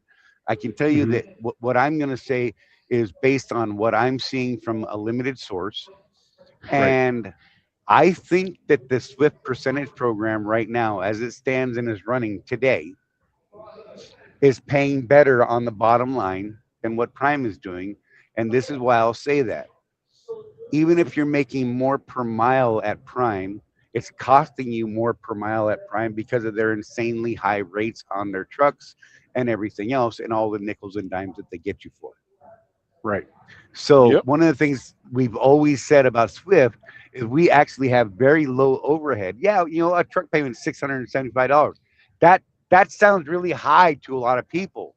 But when you look at Right. Prime and those other companies and they're $1,200 a week plus Mm-hmm. other expenses, you're like, yeah, Well, I'll take well, my 675, well. I can tell you what my truck is costing the owner. It's $950 a week right?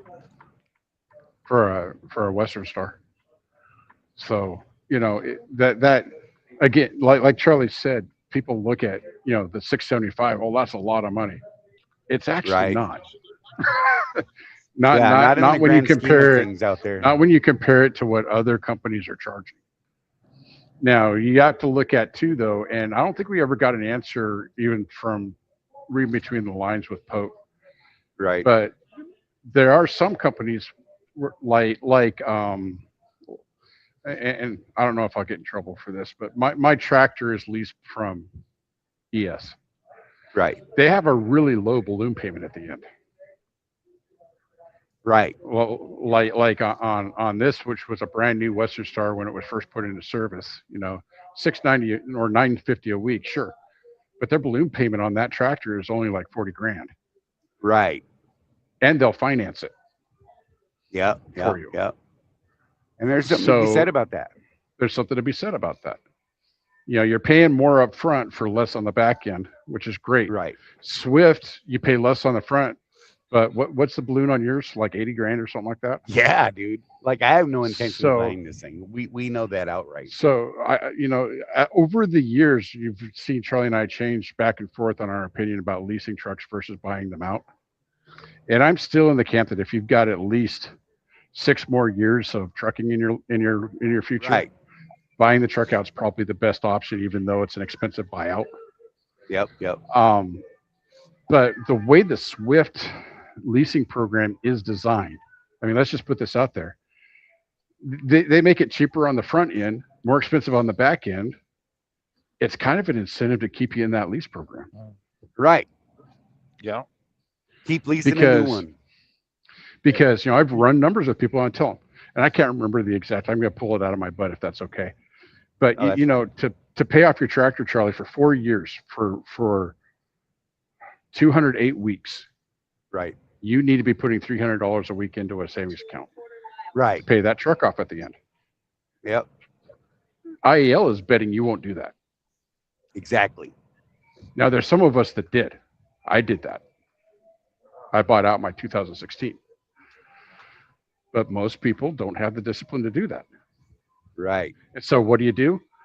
If if you're like me, I backed off on this as I got older, but my whole thing used to be death before company driver. Yeah. Yep. Yep. Yep. But as I've gotten older and I kind of want to be home more, I'm starting to look at local opportunities maybe and stuff Okay. like that. Right? Maybe Yeah. be just a wage slave again. Hey, look, But I'll never but buy a new most truck. people, yeah, yeah, your perspective changes as you get older, I think. Exactly. But I was going somewhere with this, dang it. Sorry. Um, but if you've got the 6 years plus, I think there's ROI. Right. You make more money over that 6 years than you would leasing a new truck, but you got to Yes. sacrifice for that full 4 years to get there. Exactly. And most people just don't do it. And then you get to the end and you're like, well, I don't want to be a freaking company driver. So you lease another truck Right. Yeah. Yeah. Yeah. and the cycle repeats. Exactly. We've got friends, Charlie, that are on their 6th or 7th truck at Right. Swift. Yep. They've literally been at Swift as an owner operator before Jerry got in trouble the first time. Right. Yep. Yep. That's a long time. And they're like us. I don't want to be a company driver. I want the freedom to say, hey, I'm in Florida. I'm driving home. Screw you.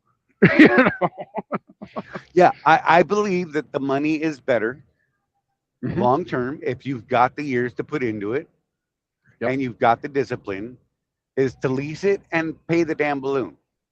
I mean, Yep. ultimately, the best way to do it is buy a used truck and just, rebuild it Well, when do you like need you to, right? do like you did with Chewy. Yeah.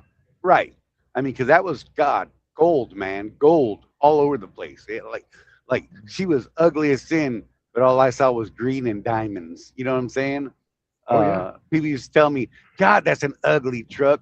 God, look at all the oxidation on that. I'm like, bro, all I can see is green dollar bills. That's all I see. You remember You know? the first time we met in Vegas?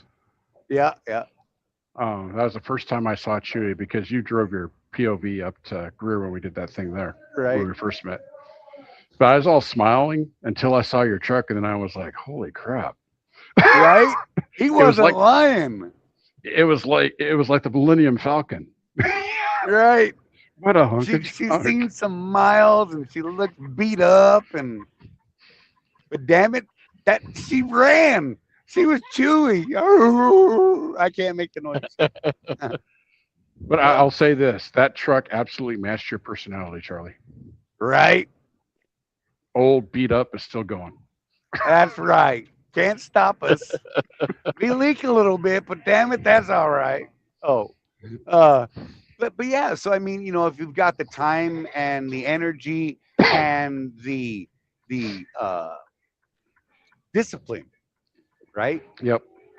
Leasing a truck in a Swift system, something like that, look, man, that's a great way to go. Yeah. Low Yep. overhead up front, knowing that you've got that big balloon at the end if you decide you want to buy it, right? But if you Mhm. plan for that from the beginning and just always just deduct that whatever the number is to come up with that 80 grand, right? Mm-hmm. Per week at the end of your lease, if you can actually do that, and then you just bam, here you go, I'm done. Then you're in a gold Yeah. mine for a while. Yep. And I would even say, hey, if you have a truck that's eligible for MRP, see if you can negotiate a deal below that balloon payment. Right? Can I MRP it for a year? It don't hurt Yeah. to ask questions. And they've actually done that for some. Yeah. Yeah. So, I mean, I'm not a big fan of the MRP because of that mandatory maintenance thing, but it is another route to do this and get it paid off. Yep. It may cost you a little extra for that, but whatever. If your goal is to own it and you didn't save up front, well, okay, here's another avenue to get there. But if you're in the later stages, of your career, and maybe you just don't want to buy another truck, which is where I'm at now. Mhm. I came into this full well knowing that I was renting a truck, right? Yep. And I got him to trade my last one in so I could get a brand spanking shiny new one with leather seats, which I don't like. But I got those cool Well, ass and doors on the sleeper that I love. your decision process and all of this took almost 6 months too. Right. If you remember, we were going back and forth. Yeah, there's a You lot of you work. you had talked to Pittsburgh Power and a couple other places on what it would take to do the final rebuild on Chewy. Right. And unfortunately, it was right in that era where parts were not readily available. And so I Yeah. think Bruce's people told you if we can get the parts in 9 months, at Right. today's prices, it's going to cost you about what was like 85 grand or something like that to Yeah, it was like rebuild the truck. 70, I think. Yeah. Yeah. To do So it was everything just the like, way we would want dang. to do it. Right. Now, But mind there you, was a parts that truck would have availability ran another problem. 2 million miles Yeah. at that point, you Yep. know? She would have basically had a brand new truck at that point. Right. I already had a brand new transmission in it at that point. Only thing I really would have been lacking that was major would have been my rear ends, Yeah. and Well, they were pretty common rear ends. I think maybe if we weren't dealing with the COVID crunch Right. with the parts availability and the jump in price on everything because of the parts availability, you might have made another decision. Right. Oh, absolutely. You know, well, okay. Eh, Again, full disclosure, I had nowhere near that kind of money at the time that I needed to come up with it either. Yeah. For what they wanted currently, maybe if it was half, Hmm. I could have figured out a way to do it. Well, and we thought it was going to be half of what the quote was, Right. because it's that Detroit engine. Right. But I think we got screwed by COVID on that one. Yeah. But that's another thing. again, You make the best decision you can at the time, right. and then let the chips fall where they may. And then you just push on from there. Hey, look, Craig, I think Craig could speak to some of this because he got into his dream truck, right? The Volvo. Hmm. What happened there, Craig? Yep, had some issues with it. And that's not a crack. I'm just saying, Craig had a Yep. plan. He knew everything there was to know about this new Volvo system, Hmm. and man, it kind of came back and kicked him in the nuts. And from that, he had to start making different decisions, and he almost made some really big, life-changing decisions because of that Volvo. Well, a few months Oh yeah. ago, when they first started the test for the percentage program, I called Brett who said, "Hey, I'm kind of done with the experiment doing expedited. I'm Right, interested in experimenting around with the load board, and I'm interested in one of those new Volvos like Craig got." And you know what he actually told me was, "I will not sell yeah, you a Volvo. right, You're not getting a Volvo." yeah, I'm like, okay. And and then that's because of the problems that were Craig started manifesting. have Craig started having all those problems like within a week or two of that conversation. Right, It was Jeff's fault. it Oh, was. It yeah. was probably his fault. Yeah, but now Craig's in a Pete. Are you loving it still? Yeah, it's not a bad truck. They've actually started releasing the Volvos. Okay, Did they fix I the don't know. Let's problems with see. them, or have you heard anything? I haven't heard anything. See, that worries me a little bit. This is one of those Well, times when I think no news is not good news. from Brett's reaction, I have the benefit of having a relationship with someone like that. Right. And what I'm afraid will happen if they start releasing those trucks is they're really nice looking trucks. I mean, seriously, Charlie, you and I Oh yeah. talked about this at length. They're Oh yeah. freaking I beautiful love the look of trucks. the brand new ones. But so far, they've been trash. And it's like, why did you become an owner operator? Oh, I wanted a red truck. Right? I wanted a Volvo. Why'd you want a Yep. Volvo? They're so nice looking. Yeah, but the trash. You know, you're not going to Right. make any Right. money with that. You know? I mean, Yeah, I Craig, seen I'm happy that Craig is happy with his Peterbilt, but they do cost more to run and maintain. You know, Yeah. I think Craig, though, you understand what that truck could potentially cost you versus say a Freightliner. Um, oh yeah. and that's the conversation we like to have with people. Is like, okay, you're good with that. I'm good with that. Right.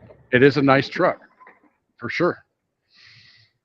My Western Star is a nice truck, and the owner's trying to sell it to me, and I'm like, nope, I really don't want to buy Yeah. it. Right. First of all, I don't even know if I'm going to be qualified to drive in 6 months. Right. Who So, knows? with my health the way it's been going, Yeah. I got to be careful about getting myself in business debt because if I'm forced to exit because of being DQ'd because of my Right. diabetes, How boy, I'm much would that screwed. suck? You know, so yeah, again, you make the best decision you can at the moment, and then let the chips fall where they may and readjust as you need to. I don't know, Jeff. I think you and Donna and 3 or 4 kids could live pretty comfortably in that custom Western Star, bro. Yeah, okay. Oh my God. I could just Just see for your. the, just for the record, Charlie's the one that actually said the words "custom Western Star" this time. Yeah, well, I had to say it because you were killing me by not saying it, even though you wanted to. So it's got to come up, right? I just played the part and got it out there. But You yeah, know what's weird? so You know what's weird about this episode, Charlie? uh, I could sit in my Western Star on the bunk in front of my right, laptop for 2 hours straight. Outside the truck, I don't know if you noticed, but I got to walk around, man. right. It's good for you though, right? It's weird though, isn't it? Yeah. Well, when I'm at home, I typically try to do the first hour standing, Hmm. and sometimes I make it all the way through the show and don't realize that wow, I was actually upright for 2 hours. Yeah. It feels different, and it actually feels better, and I don't know why, but it makes the time better too. Yeah. Um, you know, when I'm rolling down the road though, time goes by really fast for me for the most Yeah. part because Well, I'm you listening to books or whatever, and well right now we're at an hour and 44 minutes and 36 seconds, and you said we were only going to do 30 minutes. So right. I was like, maybe we do a half hour, an hour, just so that we can say we actually did a show. I was really worried that we weren't going to get a show out this week. yeah. This would Well, have I been the first anticipated week this. ever. So folks, here's what's really happening. Charlie has entered our world. Right. Like all you people that listen to us, he has entered our world, and he's finding out the sacrifices that Jeff has had to make the Right. show every week, Jeff can and believe still when I make money. talked to him.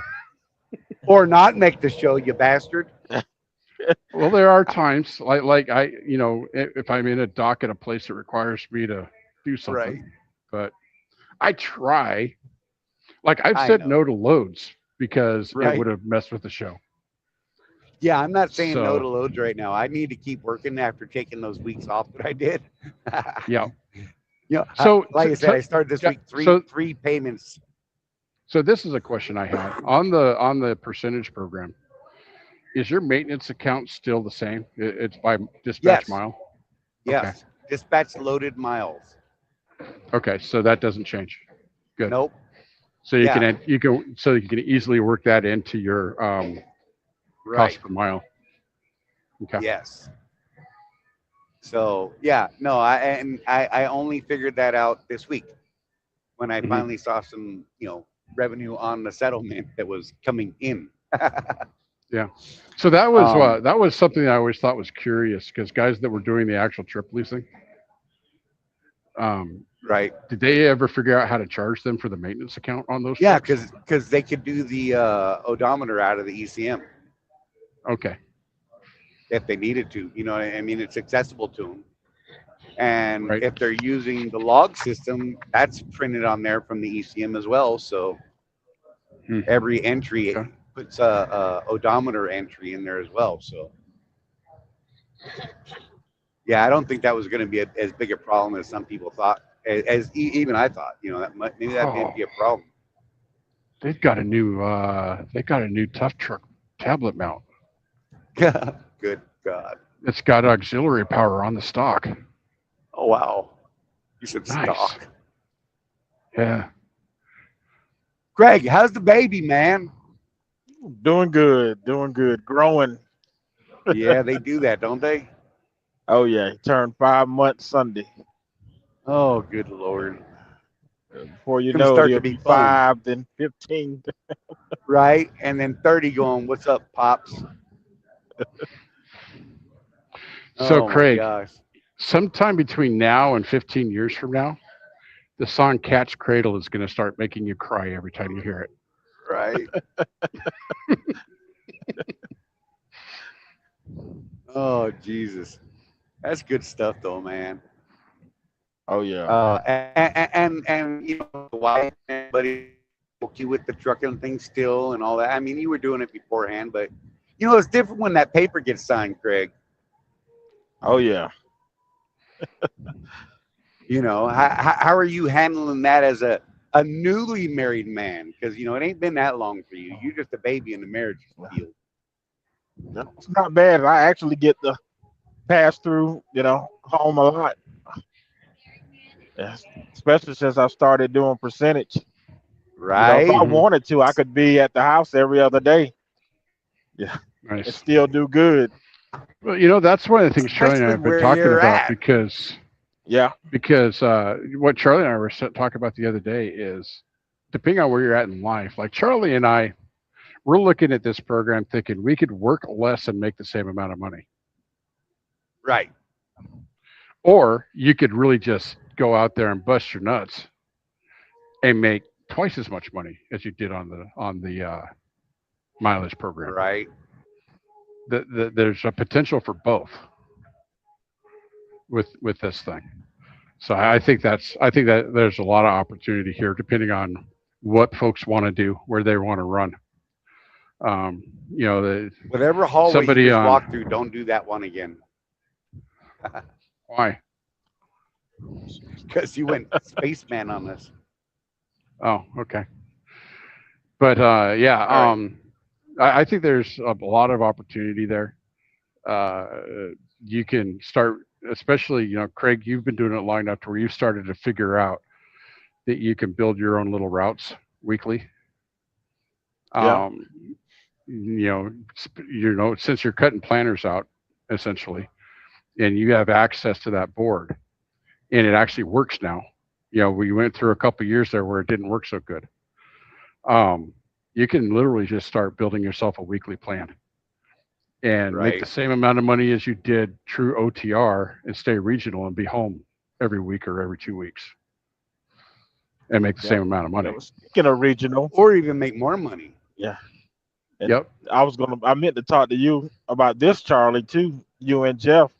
Speaking of regional, I was talking to Mike and Kevin Beckett, Uh and huh. one of the things that Mike, the old guy, talked about and recommended that if I was going to always do that regional operation, when it's Hmm. time to change tires, go to a regional tire Right.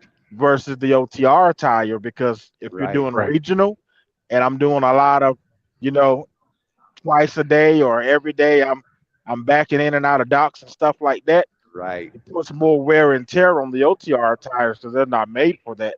But the Right. Right. regional tire, yeah, and can get that same rolling resistance, if not better, in some of And them. I saw that. Right. And I saw that with running the target stuff. We were bumping 4, 5, 6 docks in a day. Right. And we weren't running very That's far. when I was running Opel Leica for those months at a time.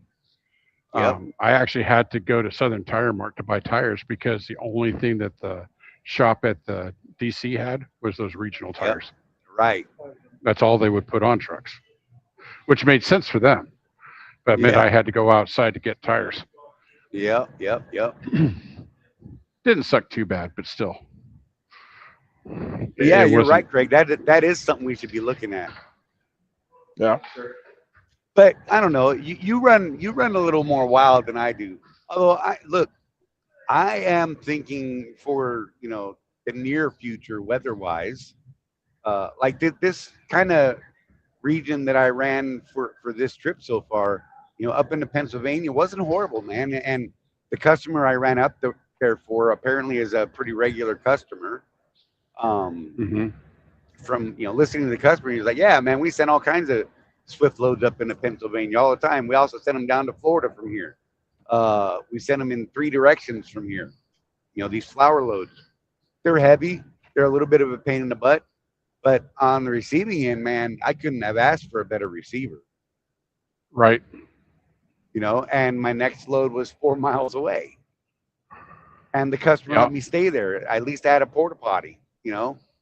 That's really all we needed was a place for a lady to use the facilities. Us, we Right. don't care. There's a tree, it don't matter. There's a rock to hide behind. We're gold. Some of us don't need anything to hide behind. I'm just saying. But Right. you know, I'm not gonna have my wife out there squatting on behind a fire hydrant. That ain't right. So as long as Right. we have a facility like that, we're good. Um, Coming out of there wasn't horrible. I mean, Jeff got to see the what I was driving in when I left there, and the road was not wide enough for the truck, and it was insanity coming out of that area. Yeah. So Beautiful so old area though. so we were on a Zoom meeting with Tony, the guy that insures Charlie's truck, Yes, and Charlie's got the camera because he's driving, so he doesn't want to be on camera. He's got the camera for the Zoom meeting pointed out the windshield, and there was right. 2 times where I swear Tony almost had a heart attack. And it's funny because I swear it wasn't a problem. He just saw something different than what was reality. I'm just, well, you know what? But that goes along with over monitoring people's cameras, Yep. right? Because what he thought was a problem was not a problem. Right. I mean, it truly wasn't. I was aware of what was going on. There was basically two lanes merging onto the main thoroughfare I was on, and he thought that they were coming straight out, but they had a Yep. long transition lane, and I was already going. I was under the speed limit, but faster than them. So it was proper for me to maintain my speed, get out of their way, and keep moving in my lane. Uh, I think he thought that I should have allowed them on. Whatever. But yeah, he made a noise and it was funny. He's like, "You should have got 10 points for that." I'm like, "You're crazy." It was funny. He's like, "God, I got to quit watching this." You know what? Everybody would. So we had Josh on there too, and he was like, he kept watching the scenery because it was pretty. The little town we were in was beautiful. I mean, old stone basements, the whole 9 yards, right? Um, yeah, and we drove through the Gettysburg battlegrounds, right? Uh, I don't know if any of you have Oh, ever he was done up it. 15 there. 30 US 30, I Yeah, think it 30. was, Yeah. Yeah, bro. I came up that way going to New York. It's beautiful through there, right? Oh yeah. But it's Oh, tiny. Tim wants us to go back to what I missed on my pre-trip real quick. We only Oh have a couple yeah, minutes left. So, a couple of things about this. So, I'm doing a DOT annual inspection at the TA, and they found a couple of things on the truck. Um, my pride doesn't allow me to be specific, Charlie. I'm sorry, but do it, uh, do it. so I'm getting all four shocks on the drives replaced and the umbilical replaced. And this is stuff I should have caught during my pre-trip, guys, and I didn't. And that's This is concerning to me. right, and this is mental uh uh uh complace. What? Complacency. Thank you. Words are hard. Yeah.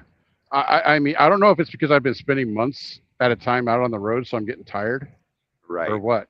But watch yourself, guys. If you this experience is, I was talking to Charlie about it earlier today.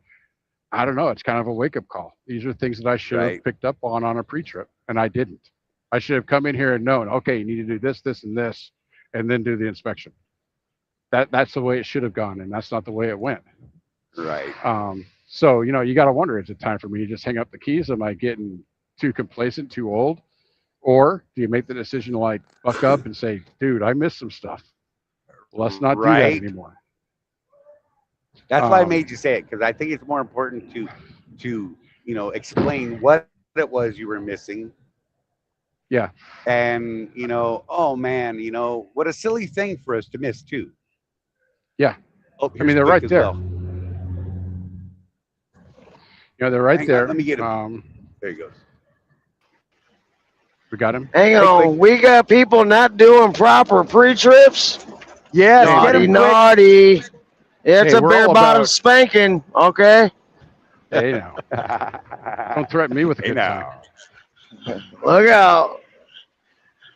But yeah, We gotta pay Jeff for that. yeah. So what do you think, Quick? I mean, we all get complacent at times, and sometimes you have a wake up call like this where you're going through a DOT and you're like, God, I really should have caught that, right?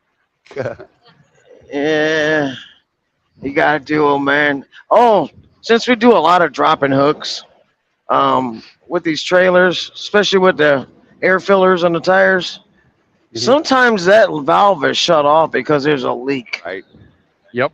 So if you don't hear it airing up when set your Right. release the air brakes, walk back there and listen. If you don't hear that thing starting to air up, you might want to go under there and flip that lever and see if it's on or off. Yep. Yeah. I did that today with this flat. I actually brought that up with Lonnie at the Troutdale terminal one time Right. because specifically in the Northwest region, which is Troutdale's area, I was having that probably every third trailer where that valve was shut Yep. off. Yeah, And I was like, dude, this is a safety issue, man. Those things are there for a Right. reason. And that yep, light goes on, and people go back there and they shut that valve off, so the light goes on. No, that Right. exactly. Yeah, that light's there to warn you that there's a problem. yep. Or they don't want the system to air up everything before they leave, and yeah, Yeah. you'll know, but Hey, you'll look. hear it. So my right rear outside, when I was walking around and I check tires, and I'm like, oh yeah, look at the bulge on that tire, right? That's a Uh-huh. little low. And of course, I test it, and there's like 92 centimeters of flex on it, right? Because it's like Yeah. 60 pounds of air, maybe. Hmm. Luckily, still on the beat. I hoped it was still on the beat, so I went inside. I bumped my idle up. I pushed in the red button, let it start airing up. I went back there and listened for it, and oh look, I was holding the tire. I could feel the vibration, the air moving into the tire. I'm like, all right, this might work. And I hadn't lost the beat, so it did start airing up. And then I found the hole because I got it aired up. And then I There you stuck a go. screw in the hole, and I drove that sucker 46 miles to the Lowe's to get it fixed. Just saying. There you go. Hey, hey, try to make it. What the hell is falling on me? Jesus, this road's so rough. Things are falling on me in this truck. That's great. Try to make a habit. Anybody listening to, you hook up your airlines. Hook up your airlines, hook up your light, flip it in, flip your lights, hazards on, and release your air. Then go Yes. start jacking up your jack. That'll give everything a time to air up, and then Yep. walk around and listen, and kick tires or I always Yep. push Yep. on the sidewall. I can tell when's low by pushing on the sidewall, and then you'll know. Then the system will start working as you're putting the Right. jack up. And some of these trailers, the jack's such a pain in the ass. You might want to take a break and go walk Yep. around and come back. Yeah, absolutely. You need a trophy truck to drive on this damn road here in Shreveport. Just so you know.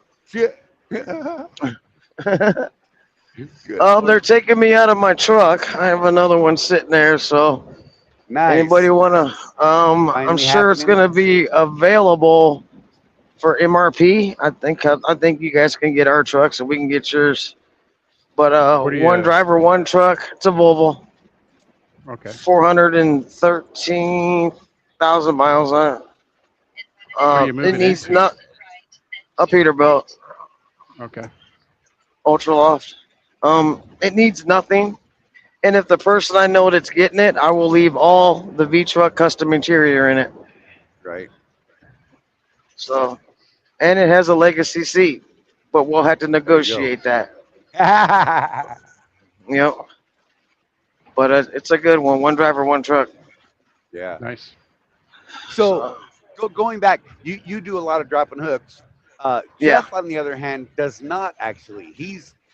I actually think that that's part of why he may not have caught the issues with those shocks quite as readily as we might think he should Yeah. have. It's hard to Having find wheaky wheel seals and stuff too. If you never unhook your trailer, right, you can't go back there and look behind the tire, look at shocks and stuff like and we're that. getting So old, yeah. and let's be real, we ain't climbing down on our hands and knees, and Oh no, I ain't the doing it only no more. the only way to check that shit is to not have a trailer on. That way you Right. can Yeah. see everything. So Right. So Yeah. I'm going to give Jeff a little bit of pass, but I thought it was important that we do talk about that, and I'm glad Tim you made us bring it back up because Jeff and I had kind of a long discussion about it earlier today. And he's like, "Man, I don't know, this is bad. This is not Mhm. like me after all these years." And I'm like, "Yeah, Yeah. you know what? I feel you because I've caught Yeah. myself doing some of those things as well. yeah, you gotta look at the truck. So But every now and then, here's if you don't unhook, every now and then you just have to unhook and right, grease the fifth wheel and just look at what's going on back there. The front Yeah. you kind of inspect, but back there, you gotta have the trailer off and inspect the back side of the wheel, see if there's any extra, wheel seals going before you have to put brakes on, and yeah. that'll put you out of service too. So Oh hell leaky yeah. shocks, there's things you don't see with the trailer on. Yeah. You know? It's physically hard to get in there and look at that stuff. Yeah, pinion seal, you don't see Right. that. Stuff like that. You just it's truck, man. You got to check everything. Rosie's You know? waving her hand at me. Look, I very rarely eyeball kingpins anymore, and the reason is it really kills my neck and my back, right? But that's why I got Yeah, but Rosie for. She isn't it? puts on her little headlight and she squats under there and looks at it for me. Yeah, isn't it that like at eye level? Isn't that like eye level for her? Yes, damn near eye level. Yeah. So but yeah, so it's not that it doesn't get inspected, and if she's not awake and I'm actually doing things, I do check it just so you weird people out there that want to call me out, shut up. Shut up. Yeah, and there's Yeah. actually times when both of us check it because we're like whatever, we're like that. Mhm. And because we check behind each other too. Yeah. Typically Right. she comes down one side of the trailer. Uh, depending on what we're doing, she usually goes down one side. I go down the opposite side. We cross over the back, and then we compare notes at the front. We get back up there again, right? Right. That Yep. makes sense to me. Um, but yeah, so pre-trips seriously, and post-trips. Do a solid walk around at the end of your day, man. It could save you a lot of hours in the morning. Exactly. Yep. Yep. Yeah. Smell. Just the smells. You can smell axle gear oil. Right. Just when you walk around, just give a smell. You can smell a tire hot. Yeah. I Coolant. have big time coolant. I have one of those little laser temperature gauges. Yep. Most those of it's things are 'cause fabulous. We use them. We use them for race cars and shit, checking all the cylinders. But I always had one in the truck because you can check the axle temperatures and tire temperatures just Right. by Right. just do a walk around, especially when it's hot out. These 100-degree And you can days use you're them to going check your across. tires. Exactly. Just look at temperature. It's just If, put it on there if and you've just got look. one tire that's like 30 degrees hotter than the one next to it and all the rest, Yeah, it's that low. tire's low. Yep. Yeah.